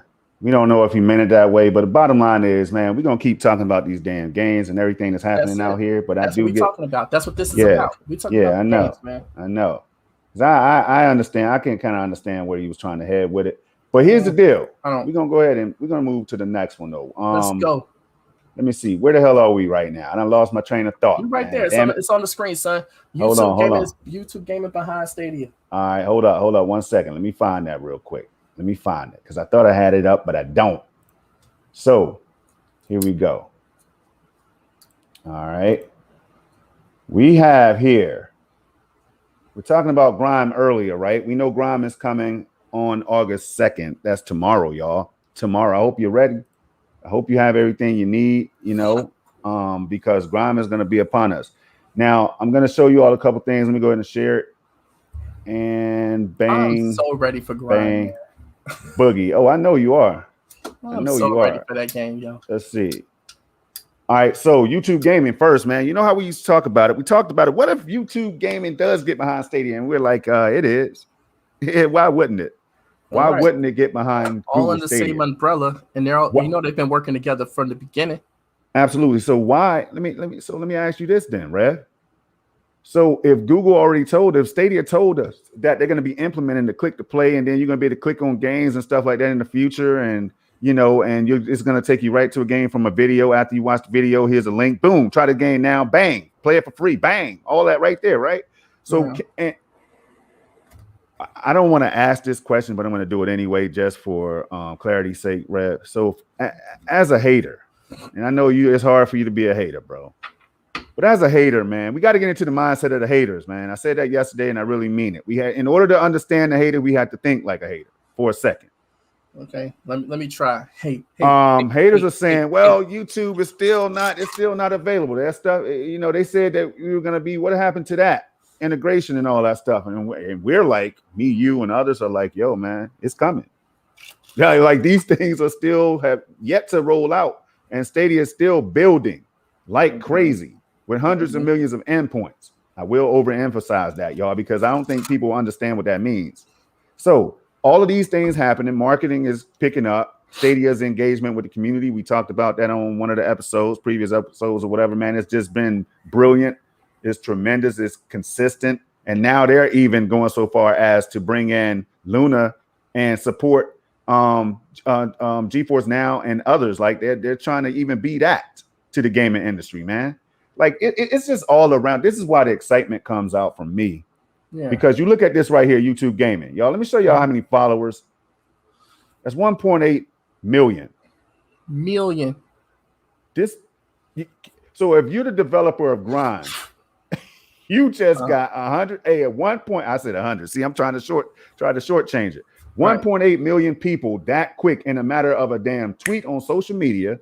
Yeah, that many more people know what the hell Grime is. They know what, and I'll tell you this too. They also know what the hell Google Stadia is. You see what I'm saying? Now, Stadia has 258,000 followers. And I wonder why. They had 258,000 followers. Man. So you see what I'm saying, y'all? So this is just a tweet. Yeah. Imagine going back to those links that developers and publishers can use when it comes to that split and all that stuff, 85-15 and all that. Put your game on the storefront up to 3 million, copies. No, it's just brilliance, man. Because not 3 million copies. Dollars, not copies, y'all. Thank you for correcting me on that. $3 million. So when you put all this stuff together, man, I see things like this. I'm a developer. I'm taking full advantage of that model. I'm telling everybody, hey, click this link right here, jump into the game today. Bang. You know what I'm saying? It just becomes easier for me as a developer or publisher. Highlight Stadia Dosage News tweet. Oh, hold on. Right yeah, I'm gonna get it. I'm not on that screen right now. So hold on one second. So can y'all imagine this though, bro? He wasn't the first to post this, but it's we can, man, dude. Can you imagine that? I'm just saying. 1.8 million people following. So now if it gets even like 10% of that, that's like 180,000 people that have seen that post, right? Absolutely. So if you get 20%, that's 260,000 people. I mean, seriously, you're talking about a lot of eyeballs that are gonna be introduced to the word Stadia that may have never even heard it.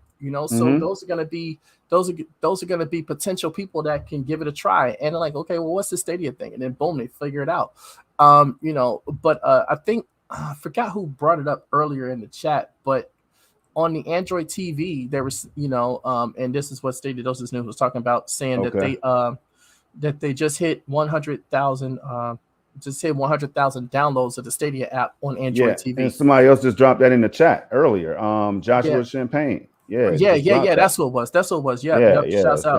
Shouts out. And I think Stadia just dropped the link. Stadia Dosage News just dropped the link on there. So it'd be something to check out. But yeah, man.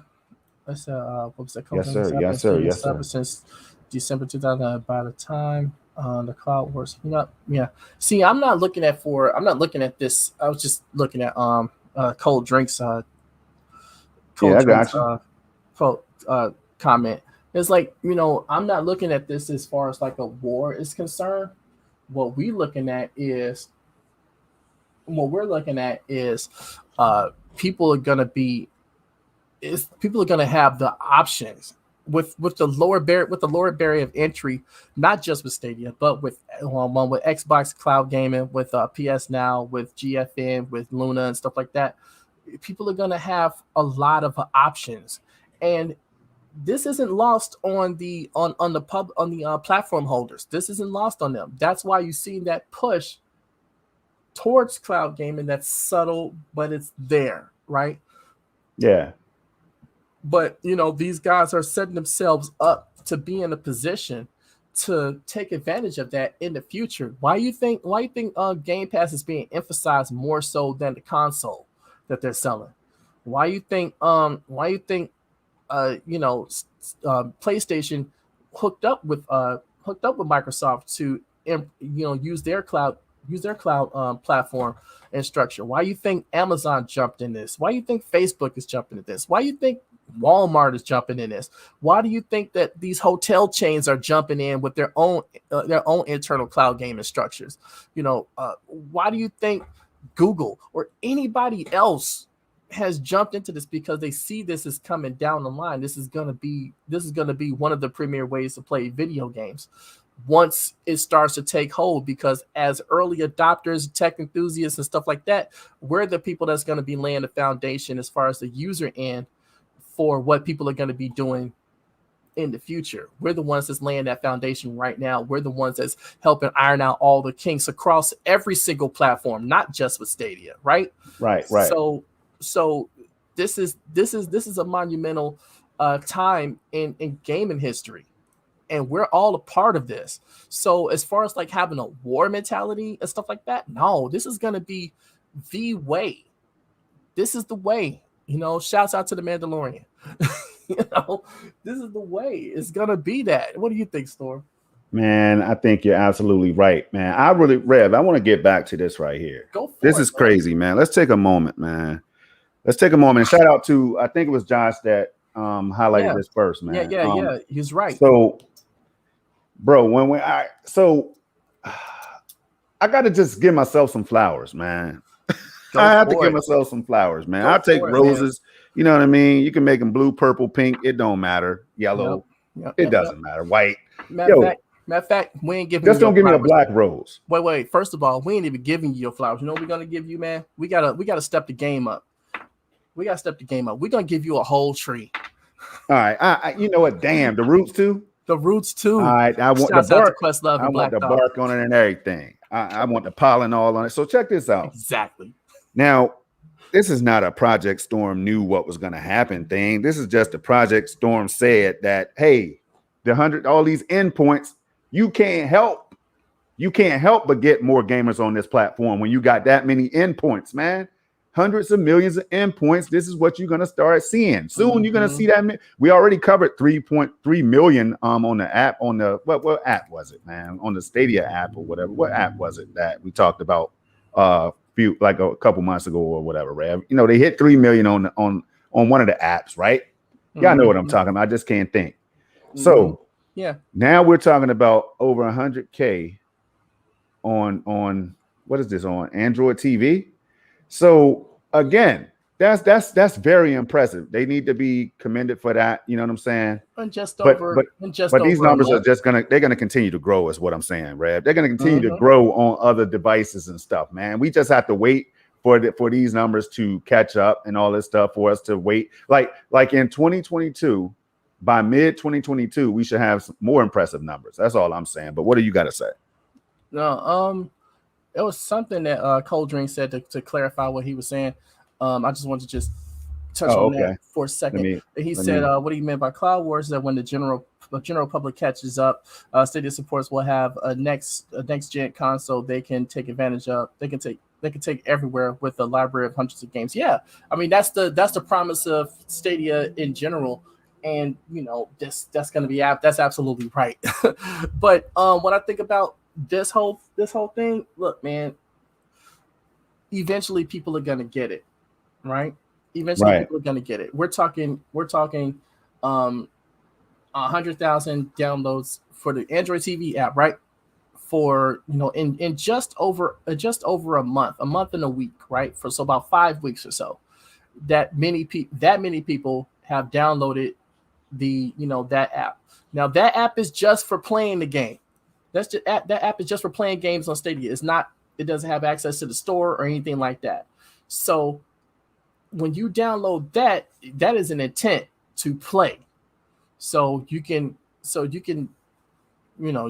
extrapolate that and say that 100,000 people so far, and that's just 100,000 plus because they only count it by milestone numbers. We don't know exactly what that exact number is. Is more than that, we know, but they haven't hit 500,000 yet, so they're probably going to keep it at that level.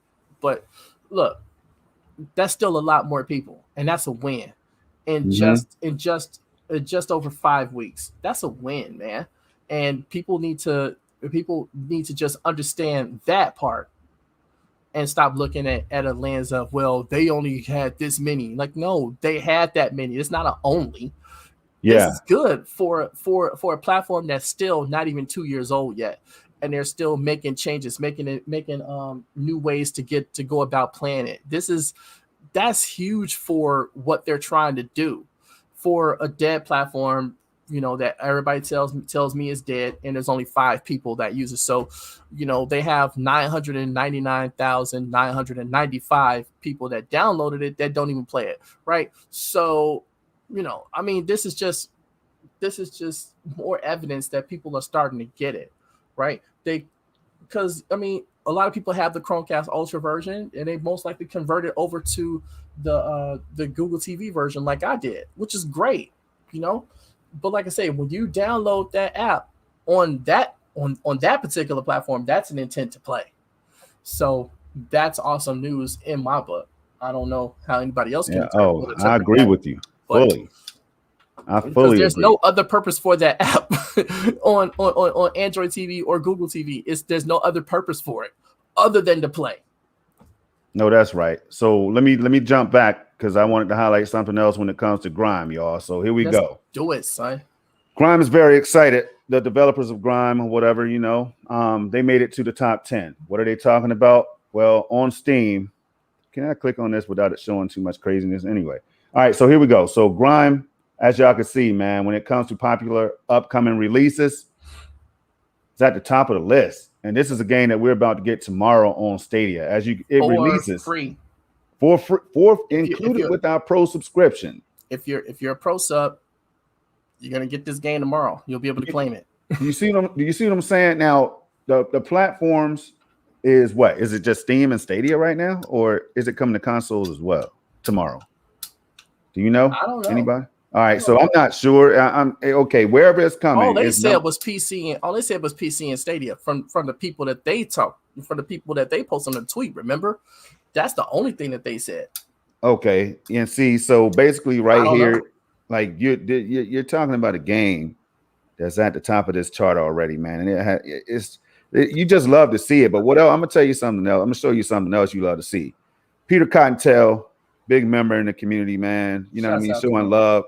A lot of people showing love to the game. So like a lot of excitement and whatever. You know what I'm saying? You talked about them earlier, Stadia France, right?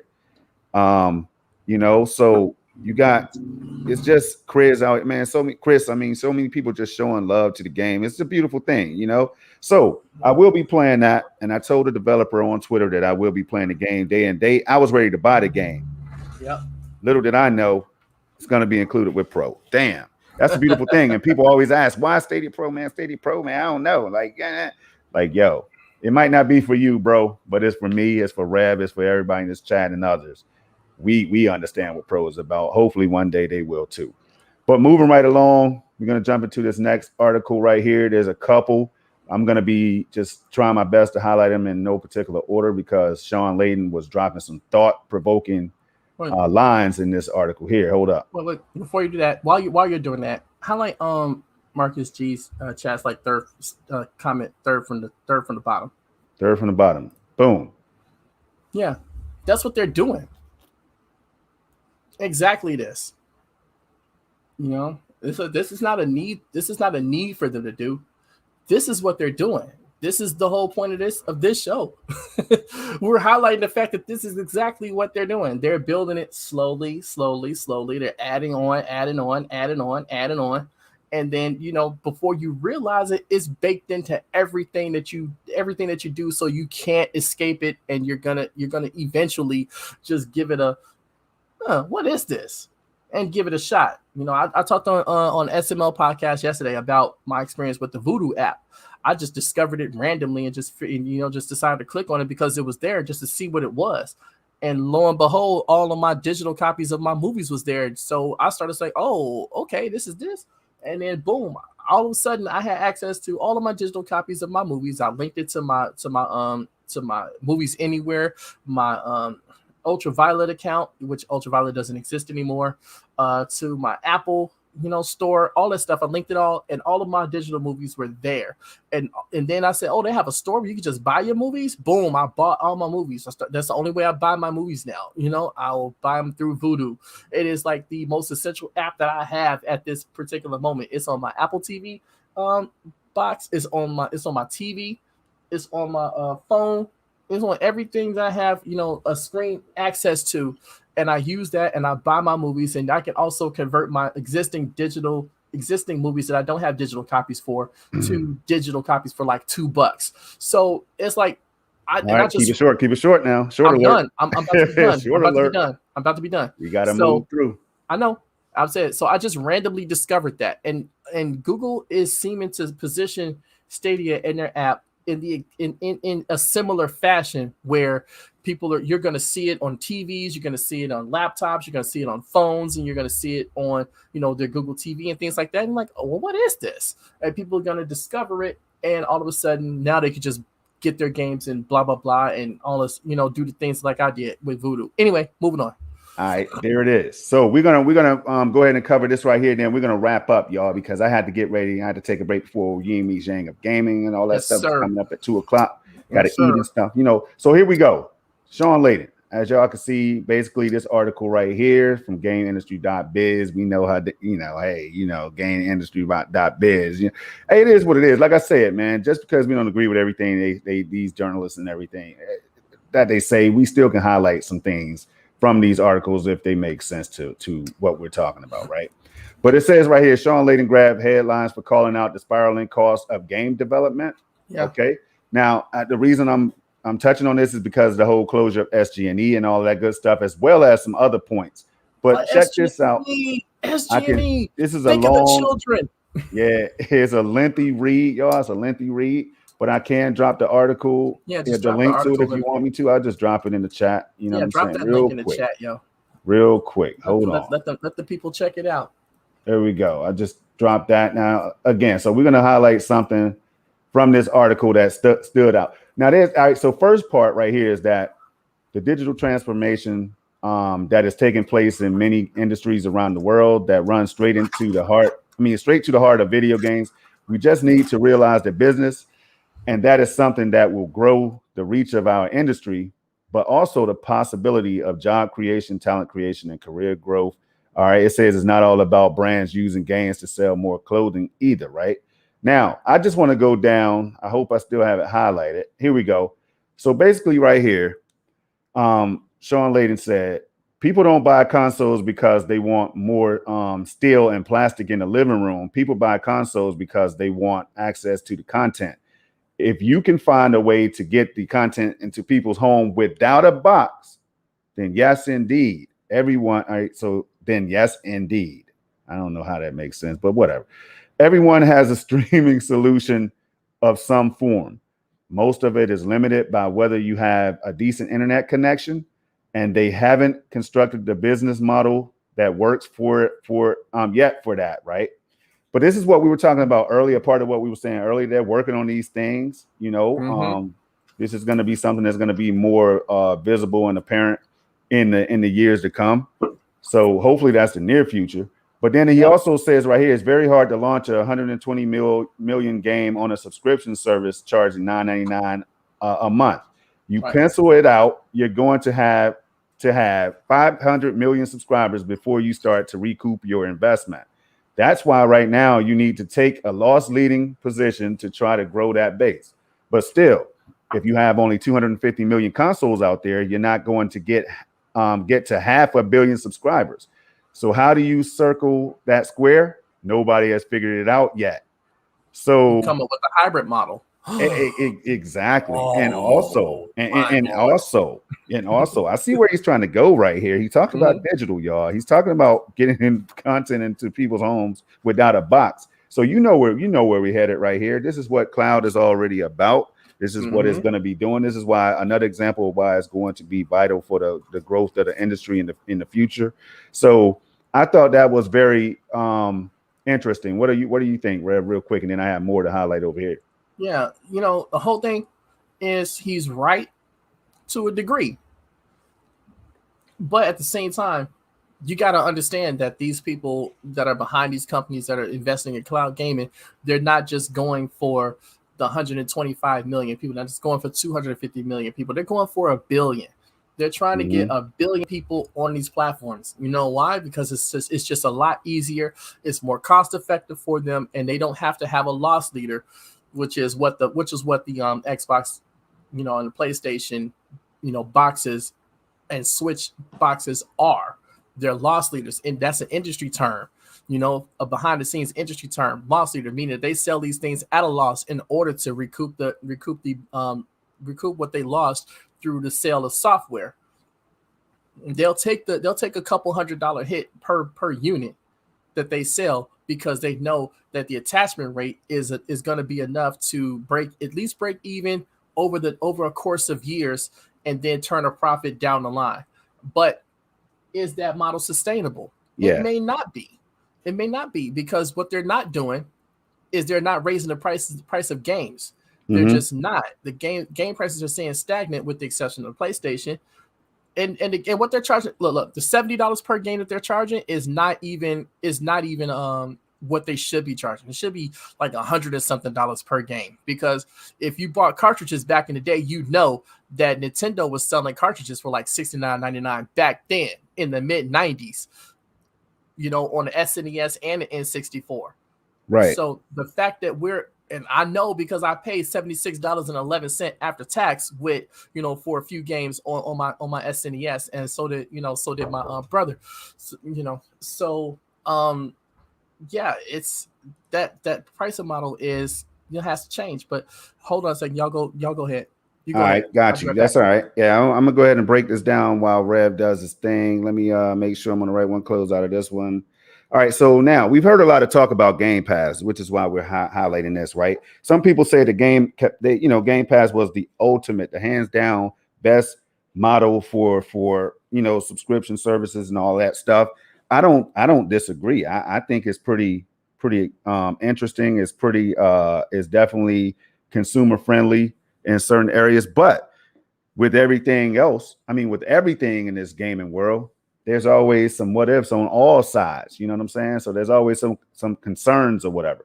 So basically, right here in this article, and shout out to MM2K for bringing this to my attention, man. We never talked about it. We didn't talk about it on SML or anything yesterday, but I wanted to highlight some of this stuff because I thought it was interesting, right? So, and if you don't know what Game Pass is, basically, it says here, Xbox Game Pass has emerged over the last several years as a new publishing strategy for Microsoft. The subscription service was not exactly the first of its kind, but definitely the first to be done on the scale it has been. The service has been a boon to for players too, as a constant stack of games come and go from the service. All right. One thing I like about Stadia is that you could claim the games, and the games stay with you as long as you pay your $9.99 subscription every month, right? You keep the games. My subscription, I can't see me canceling that. I just can't see myself canceling Stadia Pro because of the value that it's bringing to me. It's building my library. It's giving me a multitude of different games that I would never probably never touch. And because I have access to these games with a clickable link, no downloads and stuff, I click on them. I try them. It's that simple, whereas on Game Pass, they have xCloud now, but they still have some work to do when it comes to xCloud, the performance of it and all that stuff. But that's a whole nother bag of worms. Rev, you were going to say something? No, I'm just saying I'm back. Okay, cool. So it says, not to mention the ever-growing slate of first-party titles that will remain there forever. All right. There's a little caveat to that because, well, you know. Well, the first-party ones. What do you think? Halo is always going to be there. No. There Oh. is a first party game that is leaving Game Pass that just came out. That news came out a couple days ago. So I don't know. I don't know what the exact people in the chat that's smarter than me. They probably know already what that is, and they can say whatever the game is in the chat. But there is a game. There is a first party game that is leaving Game Pass, so they're not going to remain there forever. Oh, We just saw that this is a thing now. Yeah. I mean, I know Halo and all that stuff has been there. Gears, Forza, they have been there for a long time. So but moving right along with that one though, that's an interesting thought, right? So it says, but it's still a new venture and one that leads to much speculation about just how sustainable a model it is for the future, right? Mm-hmm. Says as pondered by one former CEO of PlayStation, that's Sean Layden. All right. So right here though, it says speaking with game industry, former Sony executive Sean Layden, who served as many different major positions within the platform holder, spoke about a lot of things relating to the current gaming industry. When talking about Game Pass, he expressed some doubt. Let me see. Let me go ahead and highlight that again. I hope it's easy for y'all to see that the service could be sustainable on a long-term basis. He cites the ballooning budgets of game developer and as doubt. Ballooning budgets as game. I mean, God damn it. You got this, man. Hey, no, I know I got it, but it's tricky though, man, when you read these things. So look, he cites the ballooning budgets of game developer as doubt that the service can continue without some changes, right? So then he says it's very hard to launch 120 million game on a subscription service. I read that already. So he said that's why that's why right now you need to take a loss leading position to try to grow that base. And then, did I cover this in the last one? Because I feel like I did. But anyway, what we're getting to right here, y'all. It's just quoting them again. Yeah. So what we're focusing on right here is the fact that even though some see this as being the best model in gaming and all that stuff, there's still some question marks that's hanging over Game Pass, and when it comes to profitability, sustainability, and all that stuff, man, we talked about MM2K and I talked about the fact that we've been talking Game Pass for a long time, but even Game Pass, there's some things to think about. Like one of the points that I'm trying to get at that I brought up was that when it comes to Game Pass, right? And I'm losing my damn train of thought because there's so much that I wanted to say, and I can't believe I highlighted the same damn thing twice, y'all. So bear with me here as I try to get it together. What the hell was the point we were just talking about? Is MM2K still in the house, man? Help your boy out because I forgot my damn train of thought. But but right here, going right here though, Rev, it says latest thought isn't a new one by any means. Says, but it's also something that is difficult to know without some type of inside information. Xbox's Phil Spencer has been largely dismissive of concerns of sustainability for Game Pass as well, saying the service is less about numbers of players and more about engagement. And overall, the revenue from gaming has been in the net positive for Microsoft. What that means for the math Lading is referencing here is simply unknown for anyone outside the office, so to speak, but it'll be interesting to see what changes come to the service as time goes on. So it seems like even over on Xbox that they're going to be looking at different models and different ways to avoid this issue that Layden is referring to right here. So with that being said, as I try to get my damn thought because it was a good one, what do you think about it, Red? Let's just go back to what I was saying before. He's talking about the cost of development. That's not being passed. That's not being passed down to the consumer, which in all references, in all rights, it should be in some way or another because these companies spend so much money on developing games over such a long period of time, and the prices of games have remained stagnant. So it's hard to see, how the business itself is going to sustain itself. It's not just dealing with Xbox or anything like that. This is just overall. So you have to come at it in a different way. That's what he's saying, about the subscription models, about all of that stuff. yeah, subscription models may work for for the consumer end, but it's it seems to be a law of diminishing returns for the developer end. So what do you got to do?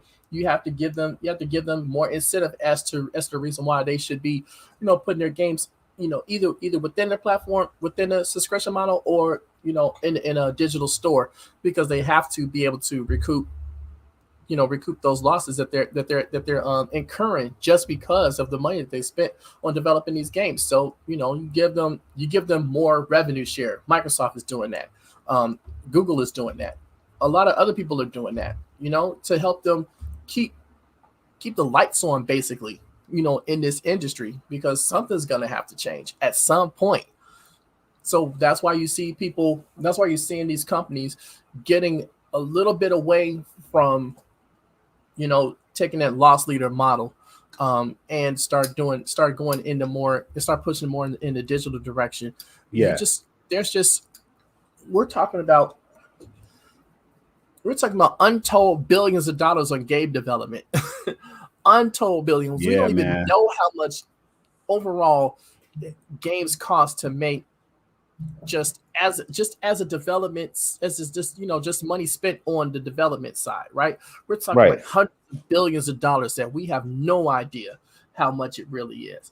And then you're talking about, at the same time, the platform holders are taking a loss selling boxes, selling a piece of plastic.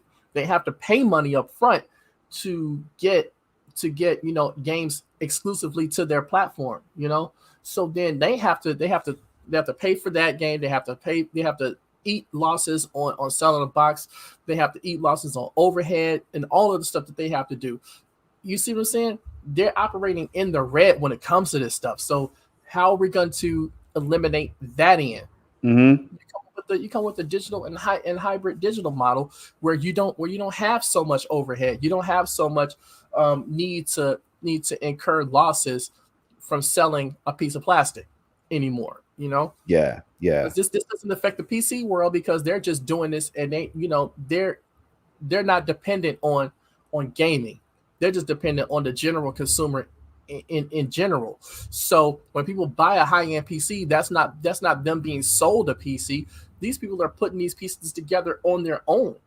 You know, and it has nothing to do with the gaming industry, like, at all. This is just they're buying a high end PC to game on, but but platform holders aren't providing those PCs, so this doesn't affect the PC world like that.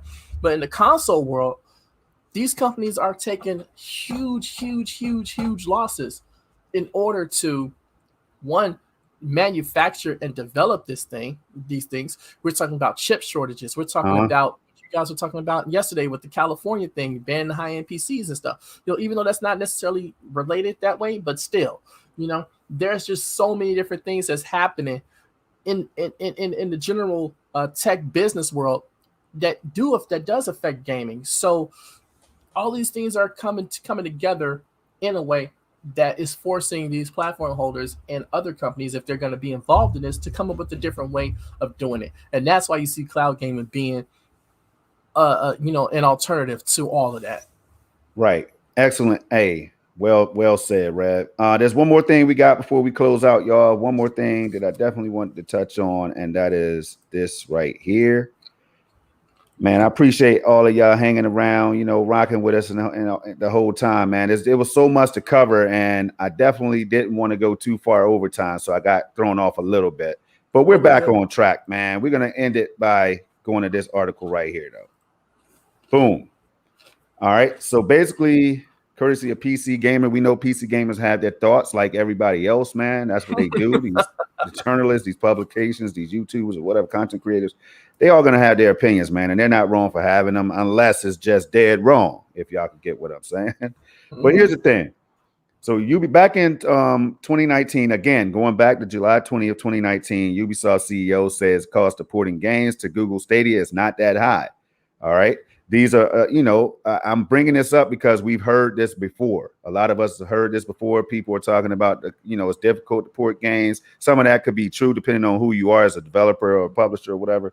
But this right here is something different, man. It's going into the cost of porting games from back then. And it also sheds light on the relationship, more light on the relationship between Stadia and Ubisoft, right? So it says in a recent investor call, Ubisoft CEO, man, I don't know, Guillermo assured investors that porting games to Google Stadia isn't as costly a job as it may seem. Says the extra cost to to make sure. See, that's why I'm always stumbling, y'all, because if it doesn't sound right, it's not right. The extra cost to I guess to make sure the games work well on Stadia is not that high, Guillermo said. According to a report by Gamer Sutra, we don't want to go into that, but it says it's part now of our pipelines. Now, we just broke down the pipelines, which is another reason I'm sharing this yesterday, right? MM2K and myself on SML. We learned a lot about the pipelines and stuff and how Ubisoft have developed something that just works for Stadia when it comes to games being janky or smooth or whatever. It's just so many things to look into. So check that out, y'all. It's a lot of talk about that stuff. Says, and we have a good relationship with Stadia to make sure it is profitable for us. That's huge, if you ask me, man. And what this should do, Rev, is should inspire others to look at what Ubisoft is doing and jump in. And I think this is what we can safely. I can assume that EA and other publishers. We know EA has games on the platform. I'm wondering why would they continue? Why would they cut this off? Why would they cut this off when Stadia is growing, cloud gaming is growing? And so some people are concerned about EA and other publishers or whatever, whether they're going to stay with the platform contractually and all that stuff, man. I don't worry about that so much because I just see the word profitability and all that. And I know what these companies are after. And if cloud gaming is growing and you could be a part of that process, like you could be Destiny 2, having your games played at a high level or all the time, like on a consistent basis. You could have, whatever Rainbow Six Siege could be. So what I'm saying here is that it's hard for me to imagine EA's just saying forget about Stadia. Because the money talks, y'all. So, but Red, what do you got to say about this one real quick, man? And then we'll wrap up. I agree exactly with what you're saying. There's not much I can add to that because I completely agree with it. I did want to just say that Charles is asking about if it was Forza. Says yes, Forza Motorsport 7 will be leaving the Microsoft store and Xbox Game Pass on September 15th. Really? Yeah, it says I'm just reading the article. Developer Turn 10 announced the game's impending end of life status in a recent blog post. So oh man, now that right there, man, it will not be available to purchase after September 15th. It's not a good look, man. I can't make sense out of that one. I really can't. But this is why Stadia got away from the whole SG&E thing early. That was a genius move from the beginning to me, man. It just makes so much sense. Like you put your emphasis on these partners, you put your emphasis on third-party games, you put your emphasis on cross-play and crowd play and all that stuff, man. And then you build this platform, and all of a sudden you start seeing things like 100 and whatever plus downloads on the Android TV app and things like that. And we're gonna be later hearing things like over 5 million users on the platform in the very near future if they continue on this pace, man. It's just crazy. So with that being said, Red, what else do you want to throw in, man, before we wrap up? Because I got the hell up out of here. I got something. What's that?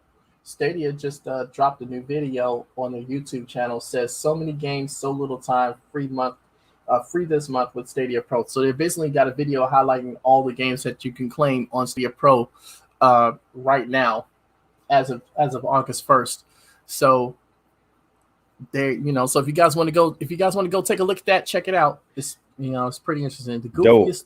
So what is our Stadia? You said the goofiest thing is taking verbiage from in an older job description to say Stadia selling their stuff off already, right? White labeling and all that, man. It's just not happening right now. But that's why that was like a completely dead argument. I don't understand that at all. Right. But even if they did, like say they just sold it, Ubisoft said, I want to get my own streaming service, Stadia. What can you do for us? Even if Stadia offered that technology, I mean, these publishers would be paying Stadia, man. At the end of the day, Google will still be making money off Stadia, but that's just crazy to think of right now. Now, it's a crazy world. Anything can happen, but I can't see that right now, man. So real quick, I got my thought back right earlier. So me and MM were talking about, we highlighted or had a conversation, I can't remember, about third-party games. It was some article that just recently dropped about Xbox Game Pass, and it was something like along the lines of third-party games not getting as much support as first-party games and stuff when it comes to Xbox Game Pass.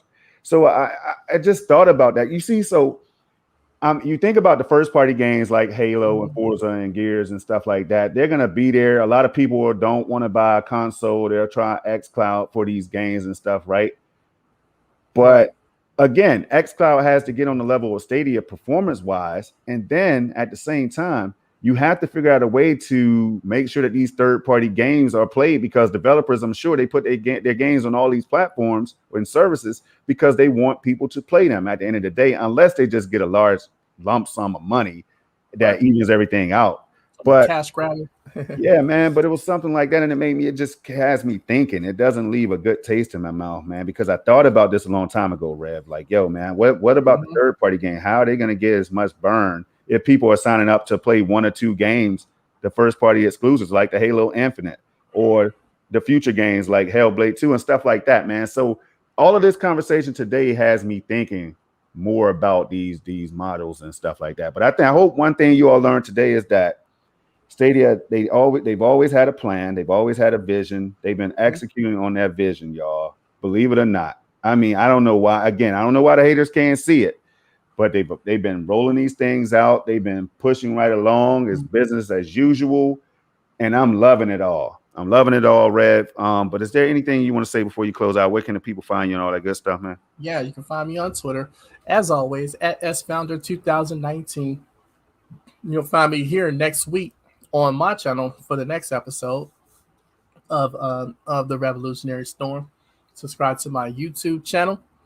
It's Stadia Revolution. You can find me there, and that's it. And also you can find me on Stadia at Sephiroth Rising. So if you guys want to add me there, it's all good. Do that. All right, y'all. And you can find me right here. So if you haven't hit that subscribe button, hit it, because I'll be playing more games like Control and all of that stuff at 4K, doing my thing.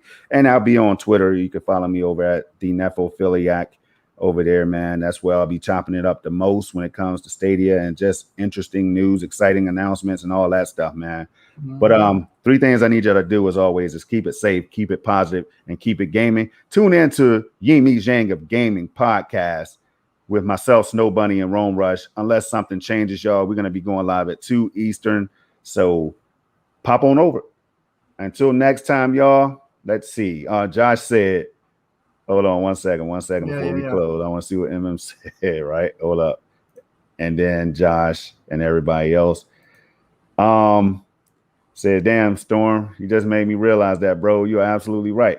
I mean, just think about it, though, man. Like Stadia, hey, look, real quick now. Stadia said, Rev, no, we got to pump the brakes here, because Sean Layden is right, and other people are right when they're looking at this and analyzing and saying, how much money do we have to spend on these first-party games? How many subscribers do we have to really reach that level of profit that we want, man? Right. All of this ROI stuff just ain't matching up. Yeah, it just comes full circle, man, to me, bro. And it really has me losing my train of thought at times, bro, because it's so powerful.